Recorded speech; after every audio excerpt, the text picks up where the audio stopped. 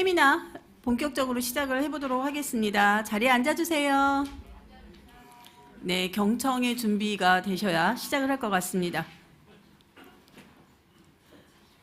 지금부터 1시간 동안 아신대 기독교 교육과 미디어학과 교수님이신 이수인 교수님께서 기독교인의 미디어 리터러시 의식에 대해서 강의를 시작해 주시겠습니다. 큰 박수로 맞이해 주시기 바랍니다.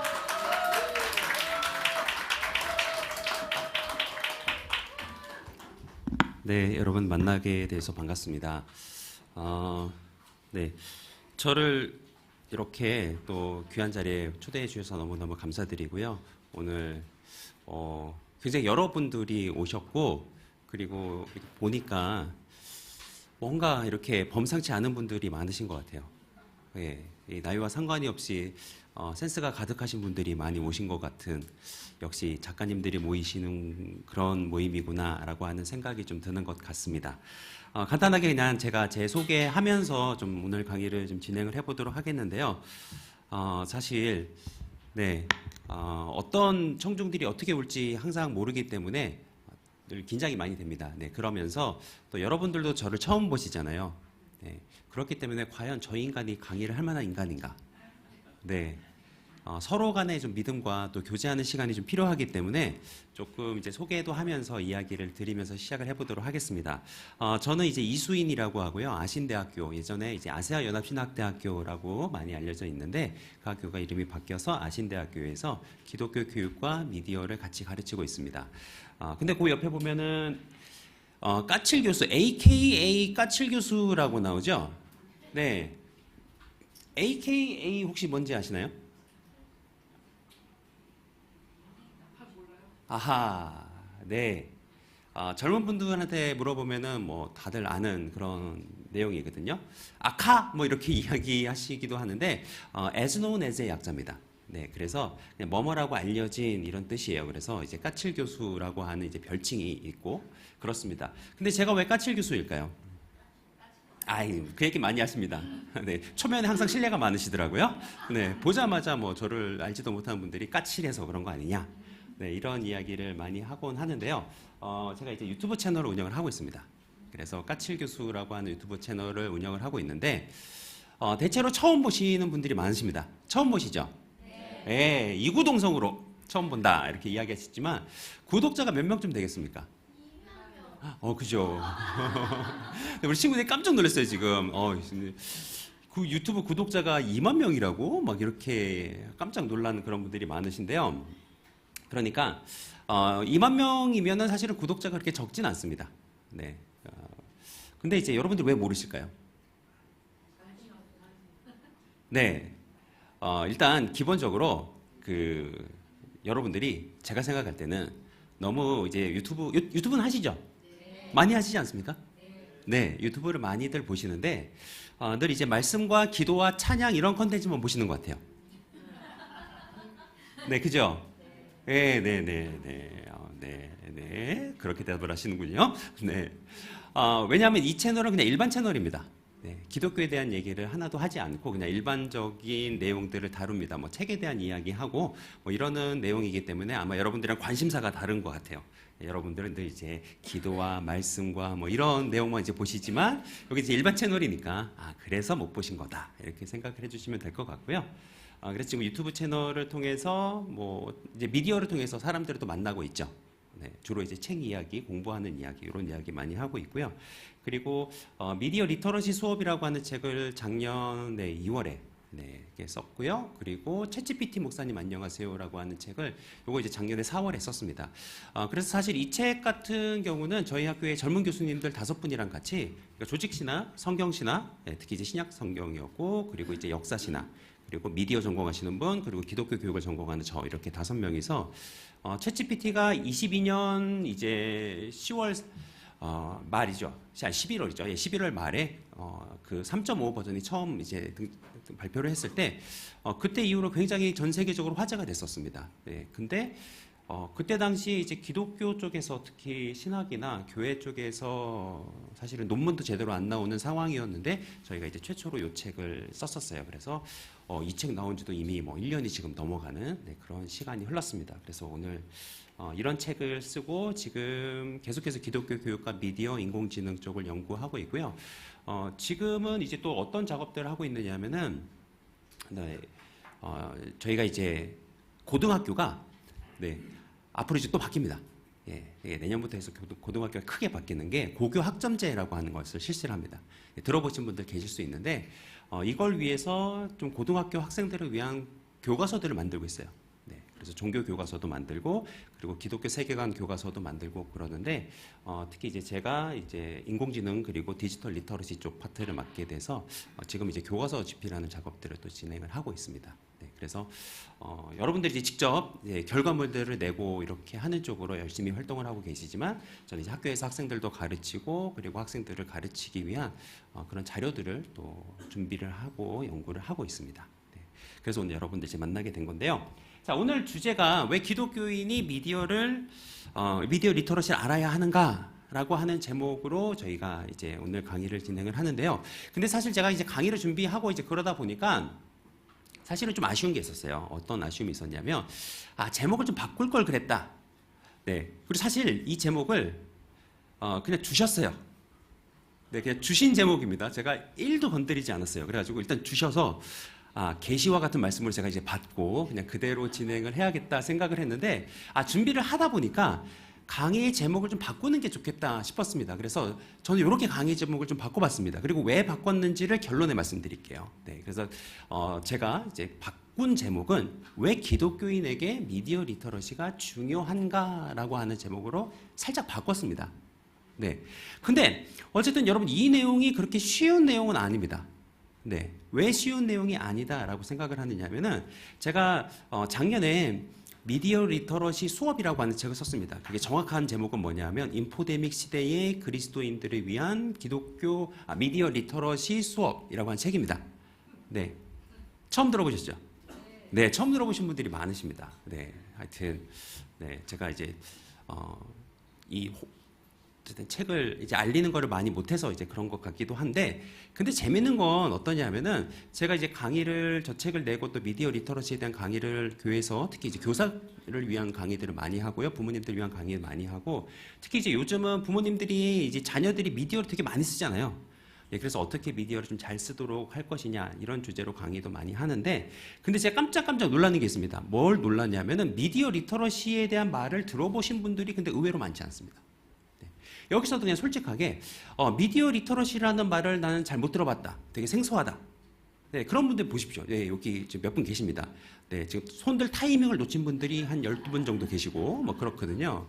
그래서 이 단어 자체가 약간은 생소하다라고 하는 분들이 많이 계십니다. 그래서 오늘은 이제 강의 주제를 이렇게 좀 쪼개가지고 내용을 진행을 해보도록 하겠습니다. 그래서 전체 주제는 왜 기독교인에게 미디어 리터러시가 중요한가라고 하는 건데, 첫 번째 주제로는 미디어 리터러시, 여기 색깔을 좀 바꿔서 해놨는데 이 내용부터 좀 이야기를 드려보도록 하겠습니다. 그래서 미디어 리터러시라고 하면 이렇게 영어로 표현을 합니다. 근데 이게 합성어죠. 그래서 미디어라고 하는 단어 그리고 리터러시라고 하는 단어 두 가지로 이루어져 있는데, 그렇기 때문에 이거를 하나씩 보면은 이게 이제 어떤 내용이구나라고 하는 것들이 이해가 되실 겁니다. 그래서 일단 미디어를 먼저 한번 좀 볼 텐데요. 여러분 미디어 그러면은 뭐가 생각나세요?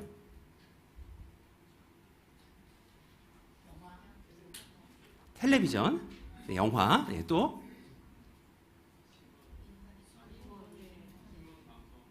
신문 방송, 또 뭐가 생각나십니까?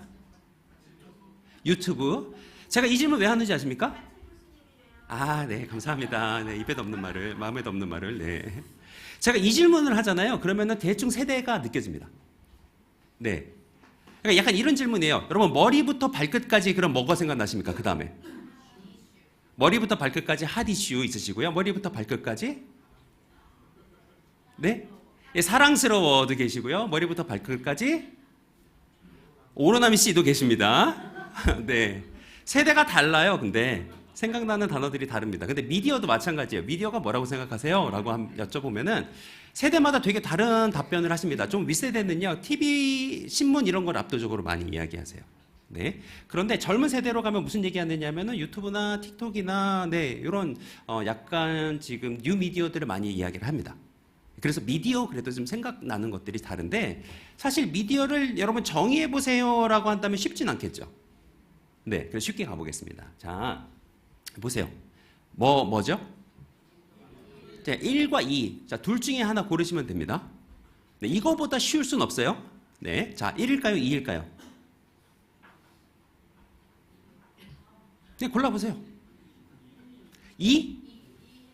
1? 아니, 그냥 1과 2 둘 중에 하나입니다. 답이. 자, 1과 2 뭐겠습니까? 네. 정답은 2입니다. 네, 2예요. 자, 1일까요? 2일까요? 1? 2? 네, 정답은 1입니다. 네. 1일까요? 2일까요? 1? 2? 네. 정답은 2입니다. 네, 정답이 2. 뭔지 아시겠어요? 네, 패턴이 있습니다. 1일까요? 2일까요? 아, 잠깐만요. 타임. 발음을 1과 2 사이에 발음을 하는 분들이 계세요. 1과 2 사이 발음. 이 약간 애매하게. 네, 손가락으로 1, 2 어떤 거였습니까? 1, 2, 네, 손을 네, 할까 말까? 네, 1, 2, 1, 아, 네, 정답 1입니다. 네, 1이고요. 1, 2, 1입니다. 네, 1, 2. 네, 이게 아주 가끔 2도 되지만 대체로 1입니다. 네, 거의 1입니다. 요건요? 예, 커피 잔을 손에 들고 있는 겁니다. 네, 요건 2입니다. 네, 2예요. 자, 요건요? 아이고, 저 눈치를 보고 계시는 분이 계세요, 지금. 네, 제 눈치를 지금 보고 계시는 분이 계시는데요. 1일까요, 2일까요? 네, 요거는 대체로 2입니다. 아주 특별한 경우만 1이 되고요. 네, 거의 다 2입니다. 네, 뭘까요? 뭐가 1이고 뭐가 2죠?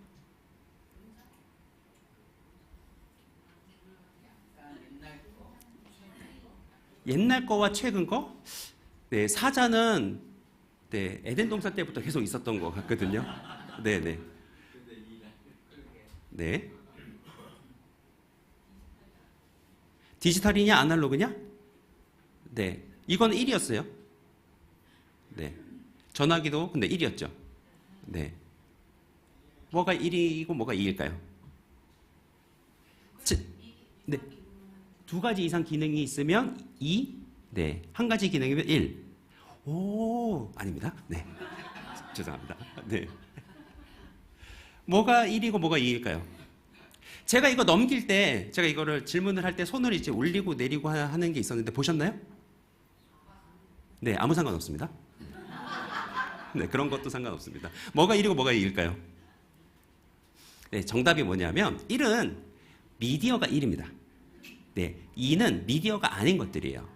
네. 자, 왜 그러냐면은 우리가 미디어를 정의한다라고 하면 여러 가지로 어렵게 정의할 수도 있겠지만 가장 쉽게 말씀을 드리면 미디어는 매개하는 것이다라는 표현을 씁니다. 매개. 자, 이 매자가 무슨 매자일까요? 네, 요즘은 네, 요즘도 뭐 그러기도 하는데 중매 결혼 이제 예전에 중매 결혼 많이 했었습니다. 네, 여러분 이렇게 손을 이렇게 보시면 이렇게 해가지고 왼손 엄지가 위로 올라오시는 분이 있고 오른손 엄지가 위로 올라오시는 분이 있잖아요. 네, 이렇게 잡아보세요. 네. 이렇게 깍지 끼고 이렇게 했을 때, 자, 왼손 엄지가 위로 올라온다. 네, 오른손 엄지가 위로 올라온다. 네, 왼손 엄지가 올라오시는 분들은 연애 결혼하는 분이시고, 그 다음에 오른쪽이 위로 올라오시면 중매 결혼하는 분이다. 라고 하는 헛소리가 있었죠. 네, 아무 상관없습니다. 또 이거 믿고 계시는 분들이 계실까 모르겠는데, 네, 그래서 사실 우리가 중매 결혼도 하고 연애 결혼도 하고 그러는데 그 매자, 네, 중간에서 이어주는 네, 매자가 저 매자입니다. 그래서 이렇게 중신을 서는 분을 예전에 뭐라고 불렀냐면은 전문 용어가 있었습니다. 두 글자, 예, 매파라고 불렀습니다. 네, 어른들 이제 아시죠? 네, 청소년들 강의하면 몰라요. 네, 뭐 그러는데 이걸 매파라고 이야기할 정도로 그 매자가 이어준다라고 하는 겁니다. 그래서 저 미디어라고 하는 단어도 되게 재밌습니다. 저 단어도 되게 재밌는데 여러분들 옷을 사러 가시잖아요. 큰 사이즈 옷을 찾을 때 무슨 사이즈 달라 그러세요? 빅 사이즈는 진짜 큰 거야. 네. 예, 라지 사이즈 달라고 하십니다. 예. 작은 사이즈 뭐 달라 하세요? 예, 스몰 사이즈 달라 그러죠? 중간 사이즈 뭐 달라 그러세요? 예, 다 아세요. 예, 미디움 사이즈라고 다 아시는데요. 여러분 놀랍게도 미디움이 단수고요. 미디어가 복수입니다. 예, 같은 뜻이에요. 예. 그러니까 미디어라고 하는 게 뭐냐 하면은 가운데 있는 것들 이런 뜻입니다. 예. 그래서 사실 인간은요, 하나님이 아닙니다. 그렇기 때문에 다른 사람의 마음에 있는 것, 그리고 다른 사람의 머릿속에 있는 생각, 알 수 있어요, 없어요? 없습니다. 제가 한번 표현해 볼까요?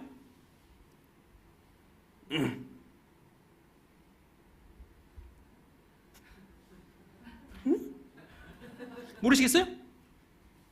예, 모르죠. 왜 모릅니까? 근데 인간은 원래 그래요. 그래서 다른 사람의 마음과 생각을 알 수가 없습니다. 그렇기 때문에 반드시 뭘 해야 돼요? 예, 뭔가 표현을 해야 됩니다. 예, 표현을 해야 돼요. 뭘로 표현하죠? 예, 말로 많이 표현합니다. 예, 그리고 행동으로도 표현하고요. 그리고 예, 표정으로도 표현합니다. 예, 표정으로도 표현하고요. 또 당연히 글로도 표현하고 카톡으로도 표현하고 그림으로도 표현하고요. 저는 결혼해 보니까 되게 놀라운 걸 깨달았는데 설거지하는 소리로도 되게 많이 표현이 되더라고요. 그죠? 저 가끔 이 집에 들어가다가 설거지 소리 듣고 그냥 바로 문 닫고 나오고 싶을 때가 가끔 있더라고요. 예. 그런 걸로도 표현이 가능해요. 예. 그래서 우리 인간이 내 생각과 내 마음에 있는 여러 가지 감정들을 표현하는 데 쓰는 굉장히 다양한 도구들이 있습니다. 그 모든 것들이 다 뭐다? 예, 그 모든 것들이 다 미디어다라고 하는 겁니다. 네, 머리 이렇게 티나게 웃으면서 머리를 숙이고. 네. 자, 그래서 이렇게 매개해 주는 거니까, 매개해 주는 물체니까 매체. 네, 이렇게 표현하고요. 그리고 한두 사람을 이제 매체로 이제 이어주면은 그냥 매체다라고 이렇게 이야기할 수 있지만 대중, 매스, 예, 대중을 연결해 주는 것을 그래서 대중 매체라고 합니다. 네, 어떤 뜻인지 아시겠죠? 네, 한번 복습해 보겠습니다. 1인가요, 2인가요? 네, 2죠. 네, 그다음에 1인가요, 2인가요? 네, 1이죠. 예, 1이 미디어잖아요. 그다음 이거는 네, 2. 요거는 네, 1. 네, 네. 나오고 있는 것 같습니다. 네, 요거는 1입니다. 여러분 너무 잘하고 계세요, 지금. 네. 이거는 당연히 1이죠. 네. 그리고 이거는 요게 1입니다. 네, 잘 생각해 보세요. 자, 기프트콘을 내가 먹나요? 보내나요? 왜 보내죠? 뭐 감사할 때, 뭐 축하할 때. 네, 이렇게 내 마음을 표현을 하잖아요. 예, 물론 이거를 자기가 먹으면 2가 될 수도 있겠죠. 네. 그다음에 커피는요? 네, 이건 당연히 2입니다. 대체로 내가 커피를 먹으면 2예요. 근데 커피도 1이 될 수 있죠. 언제? 내가 예를 들면 뭐 우리 목사님 너무 이제 피곤하고 힘드신데 커피 하나 사드려야지 하고 이렇게 드리고 내 마음을 표현할 수도 있겠죠. 네, 그러면 이제 이게 1도 될 수 있는 겁니다. 그 다음에 재밌는 게 이거 왜 이러죠? 네. 네. 밀당하는 것 같아요. 약간. 네, 잘 나오다가 글쎄요, 뭐 건드린 게 하나도 없는데. 아까 하늘이 있었습니다. 하늘. 네, 하늘 같은 경우 뭘까요? 1일까요, 2일까요? 자, 뭐라 그랬죠? 네, 2라 그랬습니다. 네, 왜냐면 우리가 하늘을 어떻게 만들 수 있는 게 아니잖아요. 네, 근데 하늘이 미디어가 되는 경우가 있을까요? 네, 있습니다. 네, 하늘을 하나님이 쓰시면 이게 미디어가 됩니다. 네, 하나님께서 하나님의 영광을 나타내시고 하나님이 하신 일을 인간에게 보여주기 위해서 하늘을 쓰기도 하세요. 그러면 이제 이 하늘이 미디어도 됩니다. 그리고 구약 성경에 보면 되게 재밌는 미디어가 하나 등장합니다. 네, 지금 이렇게 말하고 있는 사람이에요. 누굴까요? 그렇죠. 다행입니다. 여기 그래도 진짜 어느 정도 이제 배우신 분들만 오신 것 같아요. 자, 보면 구약 성경이라고 그랬는데 예수님 이러는 데도 되게 많거든요. 네. 저분이 이제 선지자십니다. 근데 구약 성경에 나오는 선지자들이 주로 하는 일이 뭘까요? 예, 예언이라고 많이 합니다. 예언자라고 다 하니까. 자, 그래서 앞일을 예언하겠지라고 많이 생각을 하는데요. 성경에 나오는 예언은 사실은 그런 뜻이 아닙니다. 네, 성경에 나오는 예언은 주로 무슨 뜻이냐면은 하나님이 말씀을 주시면 주신 말씀을 받아서 전하는 겁니다. 그러니까 하나님이 구약 성경 때 구약 시대에 이스라엘 백성들한테 말씀하실 때 주로 이런 방법을 쓰셨어요. 그러니까 직접 말씀하신 게 아니라 어떤 특별한 하나님의 사람을 선택합니다. 그리고 하나님의 영을 부어주세요. 그리고 하나님이 말씀을 주시면 그 말씀을 이스라엘 백성들에게 가서 전합니다. 이것은 하나님의 말씀입니다 하고 선포합니다. 자기 말을 하나요? 아니요. 받은 말을 전합니다. 네. 그러면 하나님과 이스라엘 백성 사이에 지금 누가 있는 거예요? 네, 선지자가 있습니다.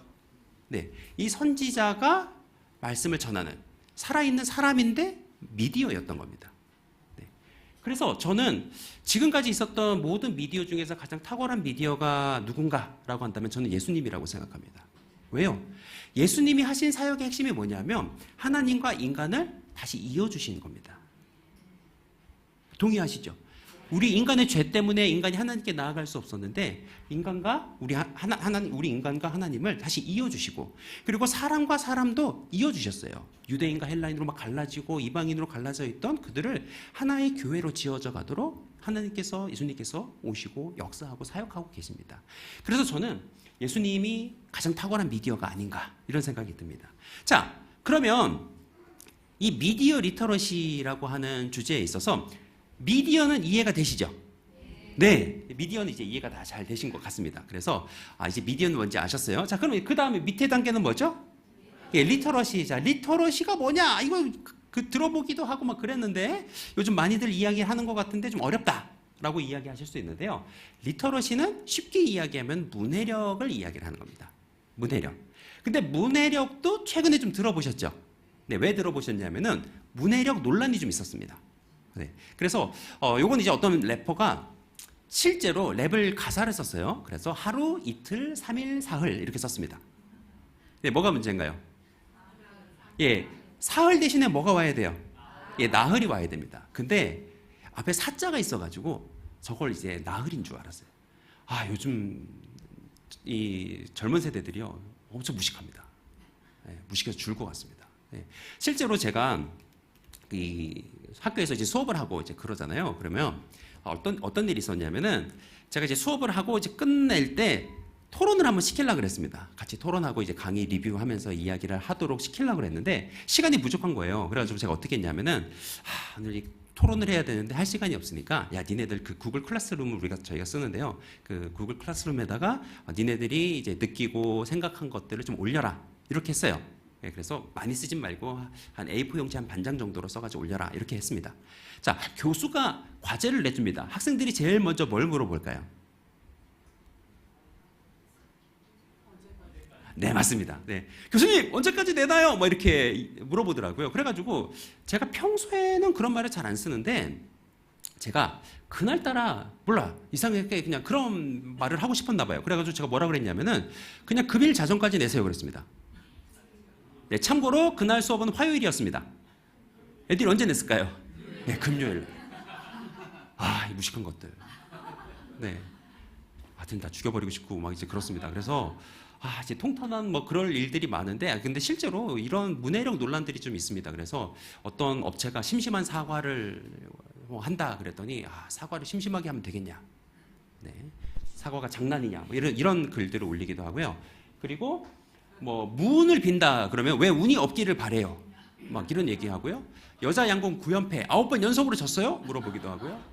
그리고 이것도 이제 되게 화제가 됐었던 이게 이제 이동진 평론가가 영화 이제 기생충이라고 하는 영화를 보면서 이거를 평을 달았습니다. 상승과 하강으로 명징하게 직조해낸 신랄하면서도 처연한 계급 우화라고 이제 표현을 기가 막히게 썼어요. 예. 그랬는데 사람들이 막 청년들이 막 댓글을 달기 시작을 하는 겁니다. 명징이란 단어 태어나서 처음 들었는데 정상인가요? 뭐 이렇게 막 글을 달고 이게 논란이 하도 많이 일어나가지고 이 이동진 평론가가 나중에 유키즈에 나와가지고요 한번 해명을 한 적이 있습니다. 왜 그런 표현을 썼는지 그 정도로 화제가 됐었습니다. 네, 잠깐 영상을 한번 보여드릴 건데요. 네, 이 문해력에 대한 얘기를 담고 있는 영상입니다. 정상훈 팀장님이 문해력 논란을 노래합니다. 금요일인가 심심한 건지야 했는데 전 나만은 줄 알았죠. 그래 이제 나도 알았으니까 그래 당연히 모를 수 있지.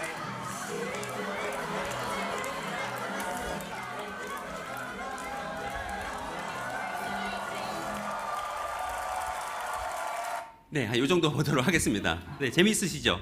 저 요거 제가 그 젠더를 한번 바꿔보겠습니다. 네네.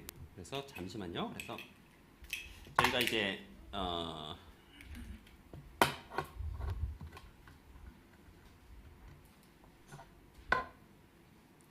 우리가 미디어 리터러시에 대한 이야기를 드리고 있는데 미디어는 우리가 다뤘고요. 리터러시는 뭐다?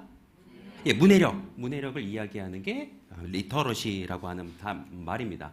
자, 그러면 미디어 리터러시는 뭘까요? 두 개 합치면 되죠. 미디어, 예, 문해력. 미디어를 읽고 쓸 수 있는 능력을 이야기를 하는 겁니다. 네, 무슨 얘기인지 아시겠죠? 네, 그러니까 미디어 리터러시 이제 뭔지 아시겠죠? 어려운가요? 아니요, 어렵지 않습니다. 우리가 글을 보고 글을 읽고 쓰고 하는 능력을 네, 문해력이라고 합니다. 그래서 문해력이 없으면 뭐라고 표현하죠? 그렇죠, 문맹이라고 표현을 합니다. 네, 문맹이라고 표현을 하는데 이제는 우리나라 문맹이 거의 없으세요. 그래서 이제 실질적 문맹률이 되게 떨어졌는데 이렇게 우리가 글을 읽고 쓰고 하는 능력을 문해력이라고 하듯이 미디어 리터러시는 미디어를 우리가 제대로 읽고 또 제대로 쓸 수 있는 네, 이런 것을 미디어 리터러시라고 합니다. 자, 그러면 이게 왜 중요할까요? 그래서 이제 이번에 다룰 내용은 미디어 리터러시는 알게 됐습니다. 자, 그러면 왜? 예, 왜를 좀 다뤄보도록 하겠습니다. 왜 미디어 리터러시가 중요한가? 네, 그래서 이거 하나씩 이제 어려운 얘기니까 쪼개가지고 저희가 이제 공부를 하는 건데요. 자, 왜 기독교인에게 뭐 미디어 리터러시가 중요한가에서 요건 이제 왜입니다. 그래서 미디어 리터러시가 중요한 이유를 좀 살펴보겠는데요. 이걸로 두 개로 나눠서 살펴볼 겁니다. 왜냐하면 리터러시라고 하는 게 읽기와 쓰기를 이야기를 하거든요. 읽기, 쓰기를 같이 이야기하기 때문에 우선 읽기 먼저 이야기를 해보도록 하겠습니다. 이거는 기독교인이 아니라도 사실은 되게 중요한 이야기일 수 있어요. 그래서 자, 미디어 리터러시가 왜 중요한가? 첫 번째 이유는 뭐냐면 우리가 살아가는 시대를 제대로 분별하기 위해서 미디어 리터러시가 굉장히 중요합니다. 우리가 어떤 시대를 살아가고 있고 이 시대의 풍조가 어떻고 이 시대가 지금 어떤 일들이 벌어지고 있는지를 우리가 바르게 이해하려면 미디어 리터러시를 갖추셔야 됩니다. 네. 자, 그런데 우리 모든 어른들 그리고 실제로 이 시대를 살아가고 있는 거의 대부분의 사람들이 오해하고 있는 것이 있습니다. 오해하고 있는 게 어떤 오해냐면은 우리가 약간의 정도의 차이는 있을 수 있어요. 정도의 차이는 있을 수 있지만 대체로 우리가 살아가고 있는 이 시대를 좀 온전히 이해하고 있다. 어느 정도 이해하고 있다라고 생각을 하시는 겁니다. 자, 여러분들께도 한번 여쭤볼게요. 여러분, 요즘 세상이 어떻게 돌아가는지 어느 정도 이해하고 계십니까? 그렇죠. 나는 세상에 이렇게 담 쌓고 살진 않는 것 같은데, 그죠? 뭐 신문도 보고 뭐 다 여러 가지 미디어를 통해서 게다가 요즘은 진짜 시절이 아주 수상하고 막 그러지 않습니까? 그렇기 때문에 더 관심을 가지게 되고 그렇게 되는데 어쨌든 어느 정도 내가 알고 있지 않나? 이런 생각들을 대부분 하세요. 그런데 이게 우리가 가지는 가장 큰 오해 중에 하나일 수 있습니다. 제가 왜 그런지를 한번 설명을 드릴게요. 왜 그러냐면 우리가 대체로 보면 이 시대의 흐름을 미디어를 통해서 파악을 합니다. 무슨 이야기냐면 자, 여러분 내일 날씨 어떻게 알 수 있을까요? 내일 날씨 어떻게 알 수 있죠? 내일 눈이 올까요? 비가 올까요? 어떤 날이 될까요? 네, 그렇죠. 네, 기상청에 가면 되겠죠. 저 미친놈 보듯이 이렇게 쳐다보고 계시는데요. 기상청에 직접 가서 알아보면 되잖아요. 그리고 자, 지금 증권 시세가 어떻죠? 증권 시세 어떻게 알 수 있죠? 예, 증권사를 가면 되죠. 그죠? 그리고 예전엔 실제로 증권사에 가서 사람들 늘 앉아 있었습니다. 그래가지고 멍하게 그냥 계속 빨간색, 파란, 초록색 바뀌는 거 보면서 그냥 하루 종일 앉아 있는 분들 계셨어요. 네, 직접 증권사 가면 되죠. 요즘 그렇게 파악하시죠? 아니죠. 네, 날씨가 궁금하다고 뭐 기상청을 가고 뭐 요즘 뭐 시대가 궁금하다고 뭐 밖에 나가고 네, 대통령이 뭐 하는지 궁금하다고 뭐 대통령 찾아가고 이러나요? 아니요, 이러지 않습니다. 우리가 요즘 이 시대가 돌아가는 걸 대체로 뭐를 통해서 파악을 하나요? 그렇습니다. 우리가 미디어를 통해서 파악을 합니다. 뭐 네이버를 통해서 보기도 하고, 뭐 어쨌든 텔레비전을 통해서 보기도 하고, 다양한 뭐 매체를 쓰시지만 그럼에도 불구하고 어쨌든 미디어를 통해서 파악을 하게 되시는데요. 우리가 한번 생각을 해볼 필요가 있습니다. 이렇게 우리가 미디어를 통해서 이 세상의 정보들을 얻는데요. 미디어를 통해서 전달되는 내용이 다 사실 그대로일까요? 현실 그대로일까요? 네.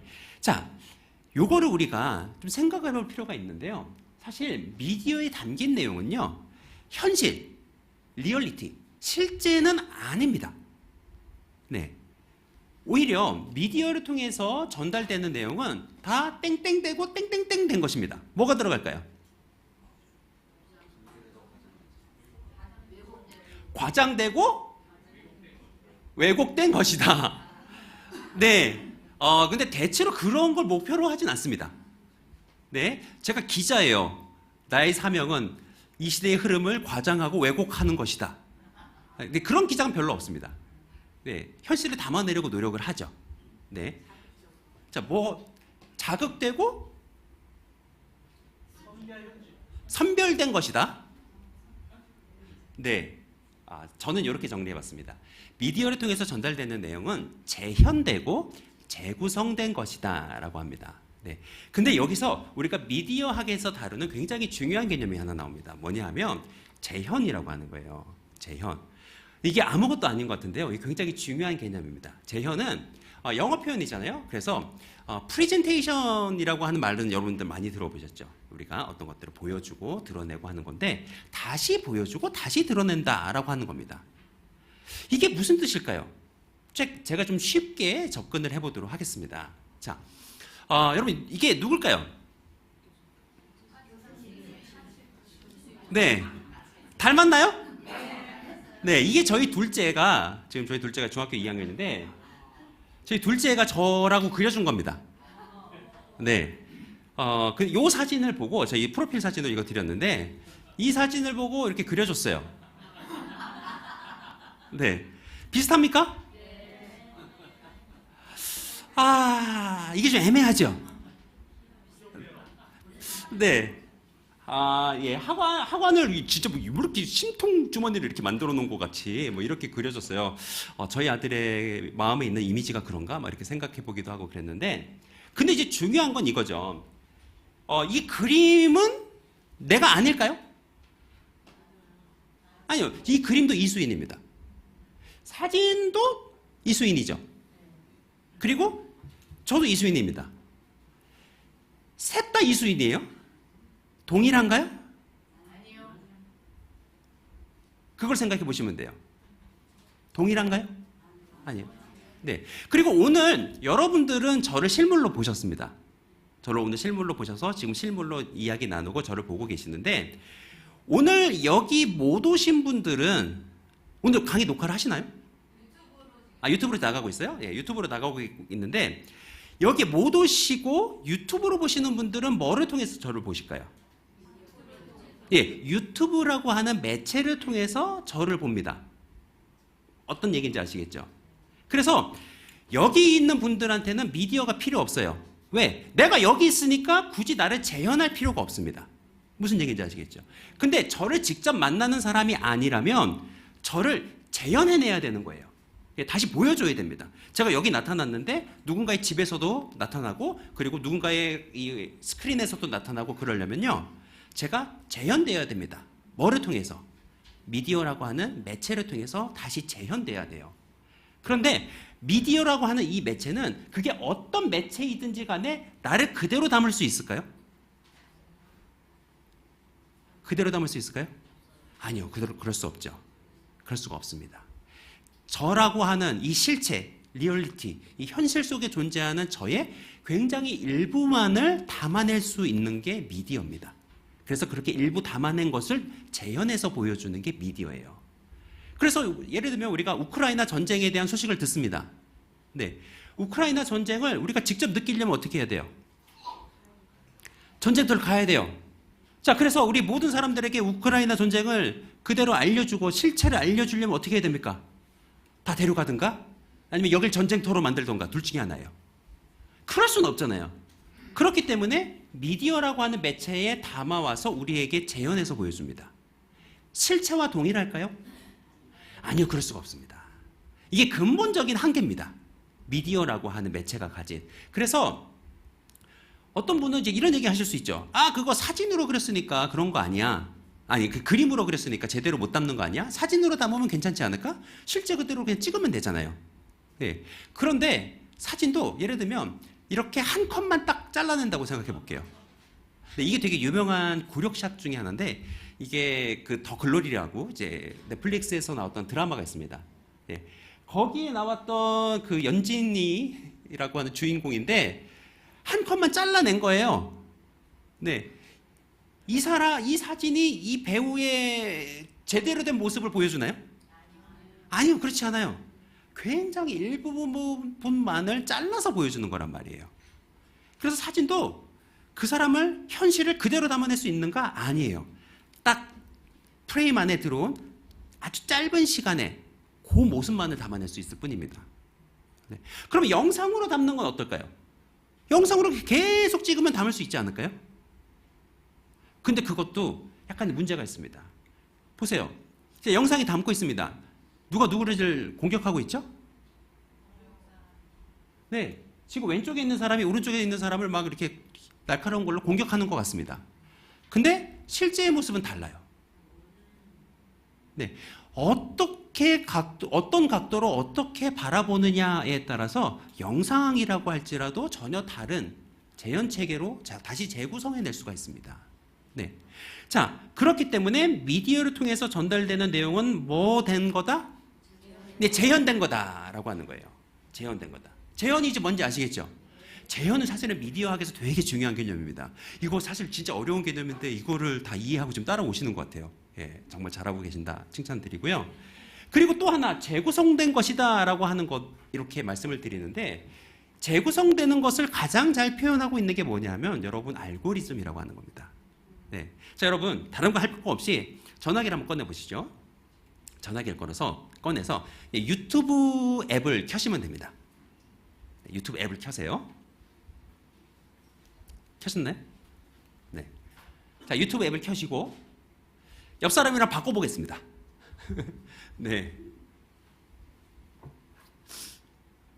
자, 옆 사람이랑 한번 바꿔보세요. 네, 3명 있으면 이렇게 한 번 바꾸고 또 바꾸면 되죠. 네, 그래가지고 옆 사람 한번 바꿔보시고, 네, 여기 옆에 있습니다. 자, 내 유튜브 홈 화면에 뜨는 거랑 지금 바꾼 옆 사람의 유튜브 홈 화면이랑 동일한가요? 아니요. 네. 이거는 10명, 뭐 100명, 1000명, 10,000명 강의를 해도 다 다르게 나옵니다. 왜 그렇죠? 예, 이 알고리즘이 여러분들이 그동안 봐왔던 시청 습관, 관심사 이런 것들을 추측을 해서 여러분들이 좋아할 만한 영상을 편집해서 보여주는 거죠. 네, 그렇기 때문에 되게 다 다릅니다. 그래서 사실 어떤 경우는 내 유튜브 홈 화면을 좀 보여주기 부끄러울 때도 있어요. 내가 이런 거 좋아하는 거 알면 어떡하지? 막 이런 고민이 이제 들기도 하고 막 이제 그러는데 제가 이제 가끔 이제 부모님 유튜브 화면을 검사할 때가 있어요. 네, 보시면 이렇게 검사하면 우리 부모님이 일주일 동안 뭐 이런 거 보고 사셨구나라고 하는 걸 대충 알 수 있거든요. 그런데 우리가 이렇게 유튜브 홈 화면을 이제 통해서 보는데 이 유튜브에서 여러분들에게 현실 그대로를 보여주나요? 아니면 현실의 일부만을 보여주나요? 네, 일부만을 보여줍니다. 네, 제가 그걸 또 어떻게 또 뼈저리게 알았냐면 제가 이제 미디어에 대해서 이제 미디어 리터러시에 대해서 학교에서 이제 강의를 하고 이제 알고리즘에 대해서 강의를 하고 뭐 그렇게 하는데 제가 이제 그때 무슨 강의를 했느냐면은 강의 주제가 요즘 이제 정치 유튜브 채널을 운영하시는 분들이 돈을 많이 법니다. 네, 그래서 이게 정치 유튜브 운영하는 채널들을 한번 제가 쫙 조사를 했었어요. 네, 그래가지고 그 몇몇 이제 유튜브 채널들이 있습니다. 네, 그래서 약간 보수 이게 사실 빨간색이 있고 파란색이 있고 그렇잖아요. 예, 뭐 여러분 어느 쪽이 있는지 뭐 모르겠는데 어쨌든 그때 당시 빨간 쪽에 있는 유튜브 채널들을 좀 조사를 했습니다. 그래가지고 이제 뭐 구독자가 몇 명이고 그리고 이제 이거 수익이 어느 정도 나는지 또 이렇게 조사해보는 소셜 블레이드 이런 사이트 들어가가지고 뭐 예상 수익이 어느 정도 나는지 분석하고 막 이제 이런 걸 해봤는데 문제가 뭐예요? 제가 아무 생각 없이 제가 로그인을 해가지고 그 정치 채널을 계속 이제 열어서 본 겁니다. 예, 그래도 유튜브가 저를 어떻게 파악한 거예요? 이 새끼가 정치 이제 되게 좋아하는 친구구나. 그때부터 정치를 계속 보여줍니다. 정치를 계속 보여주는데 파란색과 빨간색을 섞어서 보여주겠어요? 빨간색만 보여주겠어요? 빨간색만 보여줍니다. 네, 그래서 계속 빨간색만 보여주는 거예요. 네, 그래서 여러분도 자연스럽게 이렇게 되는 거예요. 내가 어느 쪽에 이제 여러분들 대체로 보면 빨간색을 보든가 파란색을 보든가 하실 겁니다. 근데 문제는 그렇게 보잖아요. 그러면은 계속 유튜브는 그쪽만 보여줍니다. 그래서 계속 그렇게 보다 보면 자연스럽게 생각하는 거예요. 아, 세상 모든 사람들이 다 이렇게 생각하고 있구나. 네, 실제로는 세상이 이만하다라고 한다면 이 세상이 한 절반 정도만 보여주는 거거든요. 근데 이 절반만 보면서 아, 그게 이 세상의 전부구나라고 생각할 수 있는 겁니다. 전문 용어로 이거를 이제 필터 버블이라고 합니다. 그래서 이렇게 플랫폼 업체들이 여러분들한테 제공하는 알고리즘에 의해서 제공하는 굉장히 재구성된 이런 내용을 보면서 아, 이게 세상의 전부구나 이렇게 생각하실 수 있는 거예요. 그래서 사실 우리가 이 시대를 온전히 파악하는 것은 사실은 불가능합니다. 이건 누구만 가능하세요? 사실 하나님만 가능하십니다. 네. 우리는요, 이 시대를 미디어라고 하는 매체를 통해서 파악하기 때문에 우리는 이 시대를 온전히 파악할 수 있다? 없어요. 없습니다. 저는 이게 신앙인에게 있어서는 굉장히 중요한 고백이라고 생각합니다. 내가 이 시대를 다 이해할 수 있어 이렇게 교만한 마음을 가지는 것보다는 하나님만이 온전히 아시고 우리 인간은 이 세대를 온전히 이해하기 참 어렵다라고 하는 이런 마음을 여러분 우리가 품으셔야 됩니다. 네. 여러분 실제로 그러한가 제가 한번 예를 들어 볼게요. 이것도 좀 이때 좀 약간 재미없으실 것 같아가지고 좀 이렇게 쉽게 가려고 우리가 얼마나 이 세대를 잘못 파악하고 있는지 제가 한번 퀴즈를 내보도록 하겠습니다. 네. 자, 1번 바다 코코넛, 2번 버터 코코넛, 3번 바다 코코넛. 자, 1번이 맞다. 1번. 자, 2번 버터 코코넛, 3번 바다 코코넛. 네, 3번. 자, 그 다음에 자, 멜로디 언이 맞다, 멜로디 혼이 맞다, 멜로디카. 멜로디 언. 자, 멜로디 혼, 멜로디카. 예, 한 분 드셨고요. 자, 그 다음에 이건 둘 중에 하나입니다. 새마을 식당 연탄불고기 맞다. 새마을 식당 많이 드셔보시죠. 네, 새마을 식당 열탄불고기. 열탄불고기. 자, 그 다음에 스카치 테이프. 스카치 테이프. 그 다음에 셀로판 테이프. 네. 나는 강의 듣기 싫다. 손 안 드는 분도 계시거든요. 네. 자, 그 다음에 자, 1번 빅파이. 2번 빅파이. 예. 빅파이. 빅파이가 맞네요. 자, 그 다음에 미린다. 음료수 있죠? 미린다? 미란다. 아, 미란다. 아, 미란다가 맞지. 뭐 이러시고요. 그 다음에 1번 케첩. 2번 케찹. 3번 케찹. 4번 아니 케찹 하는데 이거 구분해서 발음하기 어려운데 4번. 네, 2번이 맞으세요? 네, 그 다음에 마요네즈. 마요네즈. 자, 이제 한번 정답을 확인해 보도록 하겠습니다. 정답 바다 코코넛, 버터 코코넛, 바다 코코넛 있었는데 정답은 바다 코코넛입니다. 예. 거의 다 틀리셨어요. 네, 지금 제일 적게 선택하셨는데. 자, 그 다음에 멜로디언, 멜로디 혼 이거 있었죠? 네, 정답은 뭘까요? 멜로디카가 정답입니다. 네. 멜로디언은요, 멜로디카를 생산한 회사의 이름입니다. 네, 그렇고요. 자, 새마을 식당은 열탄불고기입니다. 예, 이거는 더 뜨거운 열이 나는 그런 탄으로 굽는다 해서 열탄불고기예요. 열탄불고기라고 써 있죠. 자, 그다음에 스카치 테이프 이거 좀 많이 맞추셨어요. 스카치 테이프가 아니라 셀로판 테이프입니다. 네, 스카치도 회사 이름입니다. 네, 스카치라고 하는 회사 이름이고요. 자, 그다음에 빅파이 이거 진짜 여러분들 고민 많으셨죠? 빅파이. 네, 이거 다 이제 뒤에 거다 2번이다 생각하셨는데 정답은 빅파이입니다. 오 마이 갓. 이건 승리의 파이입니다. 얘네들도 양심 있어요. 요만한 걸 크다 하지 않습니다. 네, 빅파이 요만하잖아요. 네, 그래서 네, 빅파이고요. 그 다음에 이제 미란다라고 하는데 정답은 미린다입니다. 미린다. 네, 다 미란다지 막 이랬는데 정답은 미린다입니다. 네, 미린다는요 에스페란토 언어로 굉장하다라고 하는 뜻입니다. 네, 근데 저 나뭇가지 때문에 저거를 미란다로 알고 계시는 분들이 많으세요. 네. 근데 이거 이제 영어 표현 보면 조금 더 아시겠죠? 아이 위에 이제 달려 있는 거 따라서 이렇게 디자인을 한 겁니다. 네, 그 다음에 케찹 이거 어려웠죠? 예, 케찹입니다. 3번입니다. 어머나, 3번이고요. 그 다음에 마요네즈입니다. 오 마이 갓. 네. 아, 네. 지금 보세요. 여러분, 우리가 세상을 제대로 파악하고 있습니까? 아니죠. 네. 이렇게 우리가 지금 세상을 오해하고 살고 있었습니다. 근데 이제 설상가상 더 큰 문제가 있어요. 무슨 문제가 있느냐면 여기에 요즘 가짜 뉴스까지 막 나오는 거예요. 예, 가짜 뉴스까지 막 나옵니다. 자, 이것도 한번 제가 퀴즈를 내보도록 하겠습니다. 제가 두 개의 뉴스를 보여드릴 거예요. 어떤 게 가짜 뉴스인지 맞추시면 됩니다. 자, 1번 뉴스입니다. 남양 유업 불가리스 코로나19 억제 효과 77.8%. 네, 가짜 뉴스 뭐 같죠? 그다음에 2번 수원의 한 고등학교에서 5번째 코로나 바이러스 확진자가 나타났다. 네, 그래가지고 보충 수업 도중 쓰러진 학생을 병원으로 데려갔다. 자, 요게 가짜 뉴스 1번. 요게 2번. 둘 중에 가짜 뉴스가 하나 있습니다. 1번일까요? 2번일까요? 아, 네, 답은 여기서 고르시면 됩니다. 자, 1번이 가짜 뉴스다. 네, 코로나19. 그다음에 2번이 가짜 뉴스다. 3번 둘 다 가짜 뉴스다. 4번 둘 다 가짜 뉴스가 아니다. 난 강의 듣기 싫다, 진짜. 나는 손을 안 가져왔다. 네, 정답은 뭘까요? 네, 정답은 2번입니다. 네, 네, 요게 가짜 뉴스입니다. 네, 그러면 불가리스가 효과가 있나요? 요거 이제 뉴스가 실제로 나갔었습니다.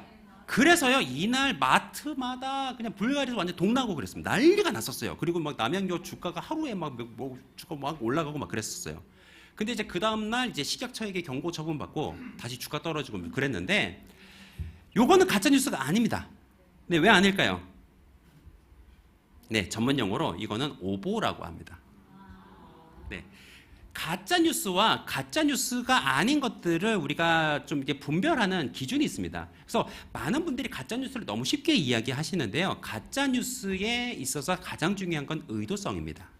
의도성이에요. 그러니까 의도를 가지고 만드느냐가 되게 중요합니다. 그러니까 사실 기자분들 같은 경우는 늘 이제 기사를 사람들한테 빨리빨리 전달을 해야 됩니다.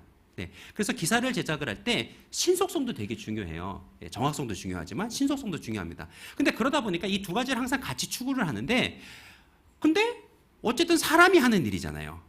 그렇기 때문에 가끔 실수를 합니다. 네, 그런 거는 가짜 뉴스라고 하지 않고요, 오보라고 합니다. 그냥 잘못 이제 뉴스를 낸 거죠. 그래서 오보를 냈을 경우 어떻게 해요? 네, 정정 보도를 냅니다. 예, 그 다음날 사과하고 정정 보도를 냅니다. 대신 요만하게 내죠.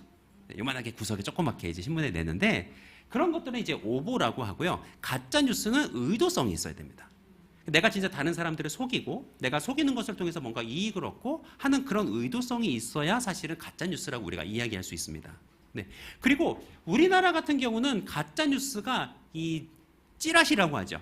예, 지라시 형식으로 많이 돌아다닙니다. 그래서 주로 카톡의 형식으로 많이 와요. 카톡에 뭐 이런 메시지들 많이 받아보셨을 텐데, 왜 이런 게 한국에는, 그러니까 이게 외국이랑 좀 다른 거예요. 외국에는 언론사 형식으로, 그러니까 아까 제가 잠깐 보여드린 거 있죠. 네, 요 뉴스. 네, 요거는 수원의 유신고등학교예요. 제가 실명을 거부로는 하도록 하겠습니다. 요때가 이제 전국에 코로나 확진자가 5명 막 이럴 때였어요. 그래가지고 한 명만 나와도 온 도시 사람들이 벌벌벌벌 떨고 막 그럴 때였습니다. 근데 이때 이제 고등학교 학생들이 재미로 만든 거예요. 예, 장난으로 만들어가지고 요거 그냥 화면 캡처 그대로 해가지고 요거 이제 단톡방에 올렸다가 이게 굉장히 일이 커져가지고 한번 크게 아이들이 혼나고 하는 그런 적이 있었는데, 이제 요렇게 이제 언론사 형식으로도 만드는, 네, 이런 가짜 뉴스 형식이 있고요. 외국 같은 경우는 이렇게 가짜 뉴스를 많이 만듭니다. 그런데 우리나라는 이렇게 가짜 뉴스를 많이 만들어요. 카톡 형식으로. 네, 왜 그럴까요? 네? 네, 이게 재밌는 게, 이게 되게 아이러니하면서 재밌는 게 있는 게 뭐냐면은, 여러분 가짜 뉴스가 퍼지려면 뭐가 필요한지 아십니까? 네, 신뢰가 필요합니다. 네, 그러니까 이게 내가 딱 봤을 때 아무도 믿을 수 없는 얘기야. 그러면 잘 안 퍼져요. 그렇기 때문에 사람들의 신뢰를 얻어야 가짜 뉴스가 퍼질 수 있습니다. 네. 그런데 해외 같은 경우는요, 언론사에 대한 신뢰도가 높아요. 그렇기 때문에 언론사에서 이런 얘기를 했으면 맞겠거니 하고는 사람들이 믿습니다. 그래서 언론사 형식으로 많이 만들어요. 우리나라는 어때요? 언론사의 신뢰도가 낮습니다. 그래서 언론사의 형식으로 안 만들고요. 우리나라 같은 경우는 내가 아는 사람에 대한 신뢰도가 높습니다. 네, 내 지인이야. 그러면 맞겠지. 우리 엄마가 보내줬어. 맞겠지. 네, 우리 친구가 보내줬어. 맞겠지. 이런 형식으로 많이 신뢰가 쌓이기 때문에 그래서 이렇게 카톡의 형식으로 많이 퍼집니다. 자, 어쨌든 지금 우리가 이 시대를 온전히 파악하지도 못해요. 그죠? 실제로 우리가 그거 느꼈어요. 미디어를 통해서 파악하기 때문에 이 시대를 온전히 파악한다 어렵습니다. 게다가 막 가짜 뉴스까지 나오고 있어요. 그러니까 우리에게 필요한 게 뭐겠습니까? 네, 미디어 리터러시. 미디어를 우리가 바르게 읽고 분별하는 이 미디어 리터러시가 그 어느 때보다도 필요한 그런 시대입니다. 그리고 신앙인에게는 더 중요해요. 그래서 지금 이야기를 드릴 건 뭐냐면 왜 기독교인에게 이제 여기에 조금 더 강세를 둬볼게요. 기독교인에게 왜 미디어 리터러시가 중요한가라고 하는 건데요. 우리가 이 시대를 온전히 이해하고 하는 게 왜 중요해요? 네, 사실 저는 요것 때문에 중요하다라고 말씀을 드립니다. 이거 제가 정말 중요하게 늘 말씀을 드리는 내용인데 우리가 성경을 보죠. 네, 성경을 보실 때요. 우리가 성경을 제대로 읽고 해석하기 위해서 뭐가 필요하냐면은 텍스트만 보는 게 아니라 컨텍스트를 같이 보셔야 됩니다. 네, 컨텍스트를 같이 보셔야 돼요. 자, 여기 보면 그들의 컨텍스트, 성경의 컨텍스트 이런 얘기가 있잖아요. 그래서 이 컨텍스트를 우리가 같이 봐야 이 텍스트가 해석이 됩니다. 왜냐하면 우리가 텍스트만 봐서는 이해가 안 되는 게 있어요. 그러니까 예를 들면 구약 성경에 이런 말씀이 있습니다. 너희들 두 재료로 직조한 옷을 입지 말아라 그런 얘기가 있습니다. 두 재료로 직조한 옷을 입지 말아라 이런 얘기가 있는데 여러분 한번 보세요. 이렇게 옷에 보면은 이게 안에 보면 그 섬유 조성표가 있습니다. 네, 한번 지금 봐보세요. 한번 찾아보세요. 네, 옷에 이렇게 이렇게 붙어 있는 게 있잖아요. 네, 한번 봐주세요. 뭐라고 뭐 몇 퍼센트 뭐 몇 퍼센트. 네, 네, 뭐라고 나오나요? 말 나오시나요? 네, 노안이 와서 이제 나일론 몇 퍼센트입니까? 100%? 나일론 15% 그리고 섞여 있어요. 어쨌든 부정하다. 부정하다. 네, 또 네, 또 뭐라고 나오나요? 네, 안 보셨어요? 네, 또 4개 섞여 있어요. 네, 4배로 부정하네요. 네, 또 부정하다.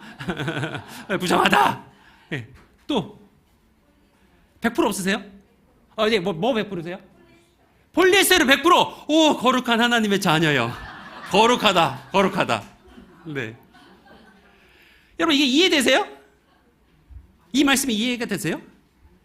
아니요. 우리가 텍스트만 봐서는 사실 이해가 안 됩니다. 그래서 이 말씀을 우리가 바르게 해석하려면 그때 당시 컨텍스트를 알아야 돼요. 그래서 하나님이 이스라엘 백성들이 특히 이제 두 마음 먹는 거 되게 싫어하셔가지고 이제 생활 안에서도 이제 그렇게 하는 것을 굉장히 금하셨어요. 두 재료를 섞는 것. 네, 이런 얘기를 하셨는데 그러니까 이거 컨텍스트를 알아야 성경 말씀이 제대로 해석이 됩니다. 자, 근데 이제 중요한 건 뭐냐면 우리가 하나님 말씀을 제대로 해석을 했어요. 그러면 그 말씀을 아는 걸로 끝나면 되나요? 아니죠. 우리 삶 가운데 적용을 해야 됩니다.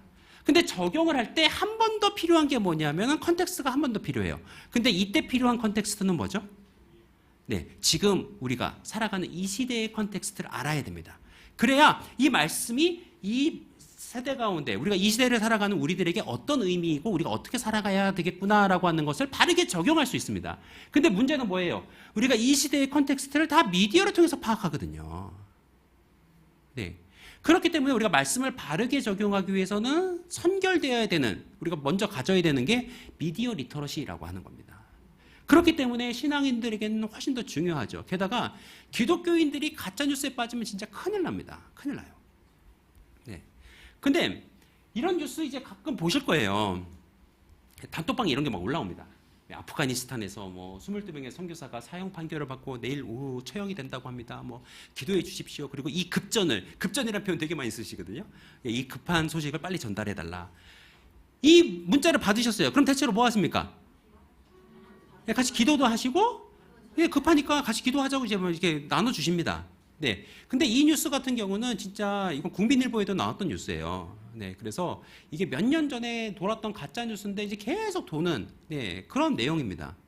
근데 이제 이렇게 우리 그리스도인들이요 가짜 뉴스에 많이 빠집니다. 왜 기독교인이 가짜 뉴스에 이렇게 잘 빠질까요? 그리고 솔직히 세상 사람분들보다 기독교인들이 더 위험합니다. 더 위험한 이유가 몇 가지가 있어요. 왜 그럴까요? 왜 그럴까요? 네, 맞습니다. 네, 성향 자체가 잘 믿으시는 분들이에요. 여러분 그렇게 믿으십니까? 할렐루야? 뭐 이거 아멘 하신다고. 아무 말이나 막 다 아멘하고 막 이러세요.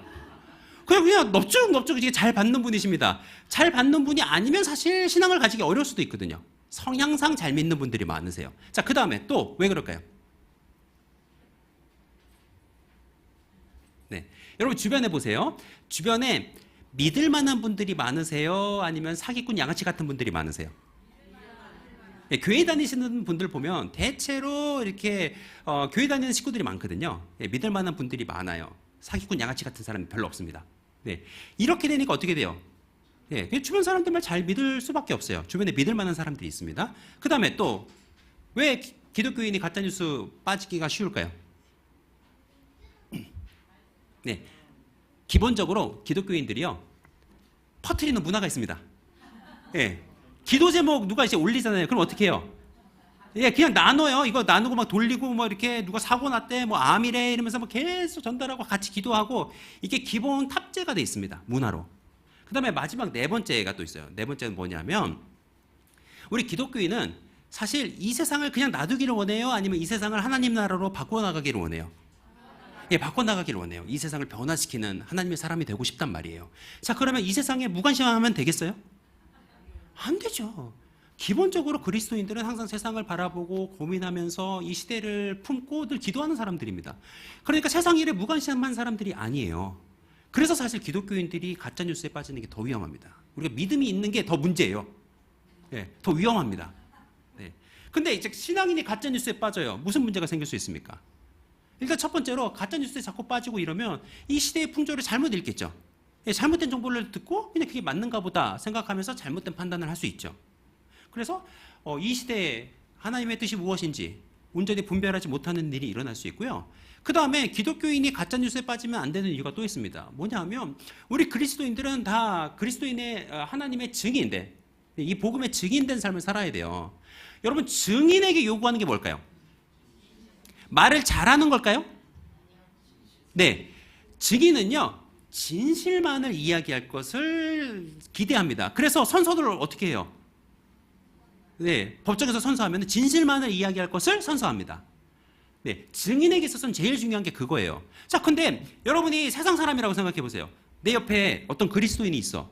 나한테 맨날 가짜 뉴스 보내. 그러면서 복음도 얘기해.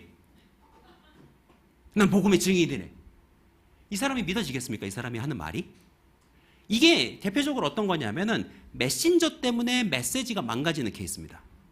메시지를 전달하는 메신저가 잘못됐기 때문에 그 메신저가 전달하는 메시지 자체가 믿어지지 않게 되는 그런 일이 일어날 수 있는 겁니다. 게다가 신앙 공동체의 분열도 일어날 수 있어요.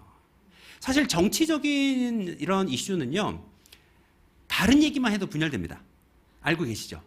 근데 거기 가짜 뉴스가 나오잖아요. 그럼 진짜 큰일 나요.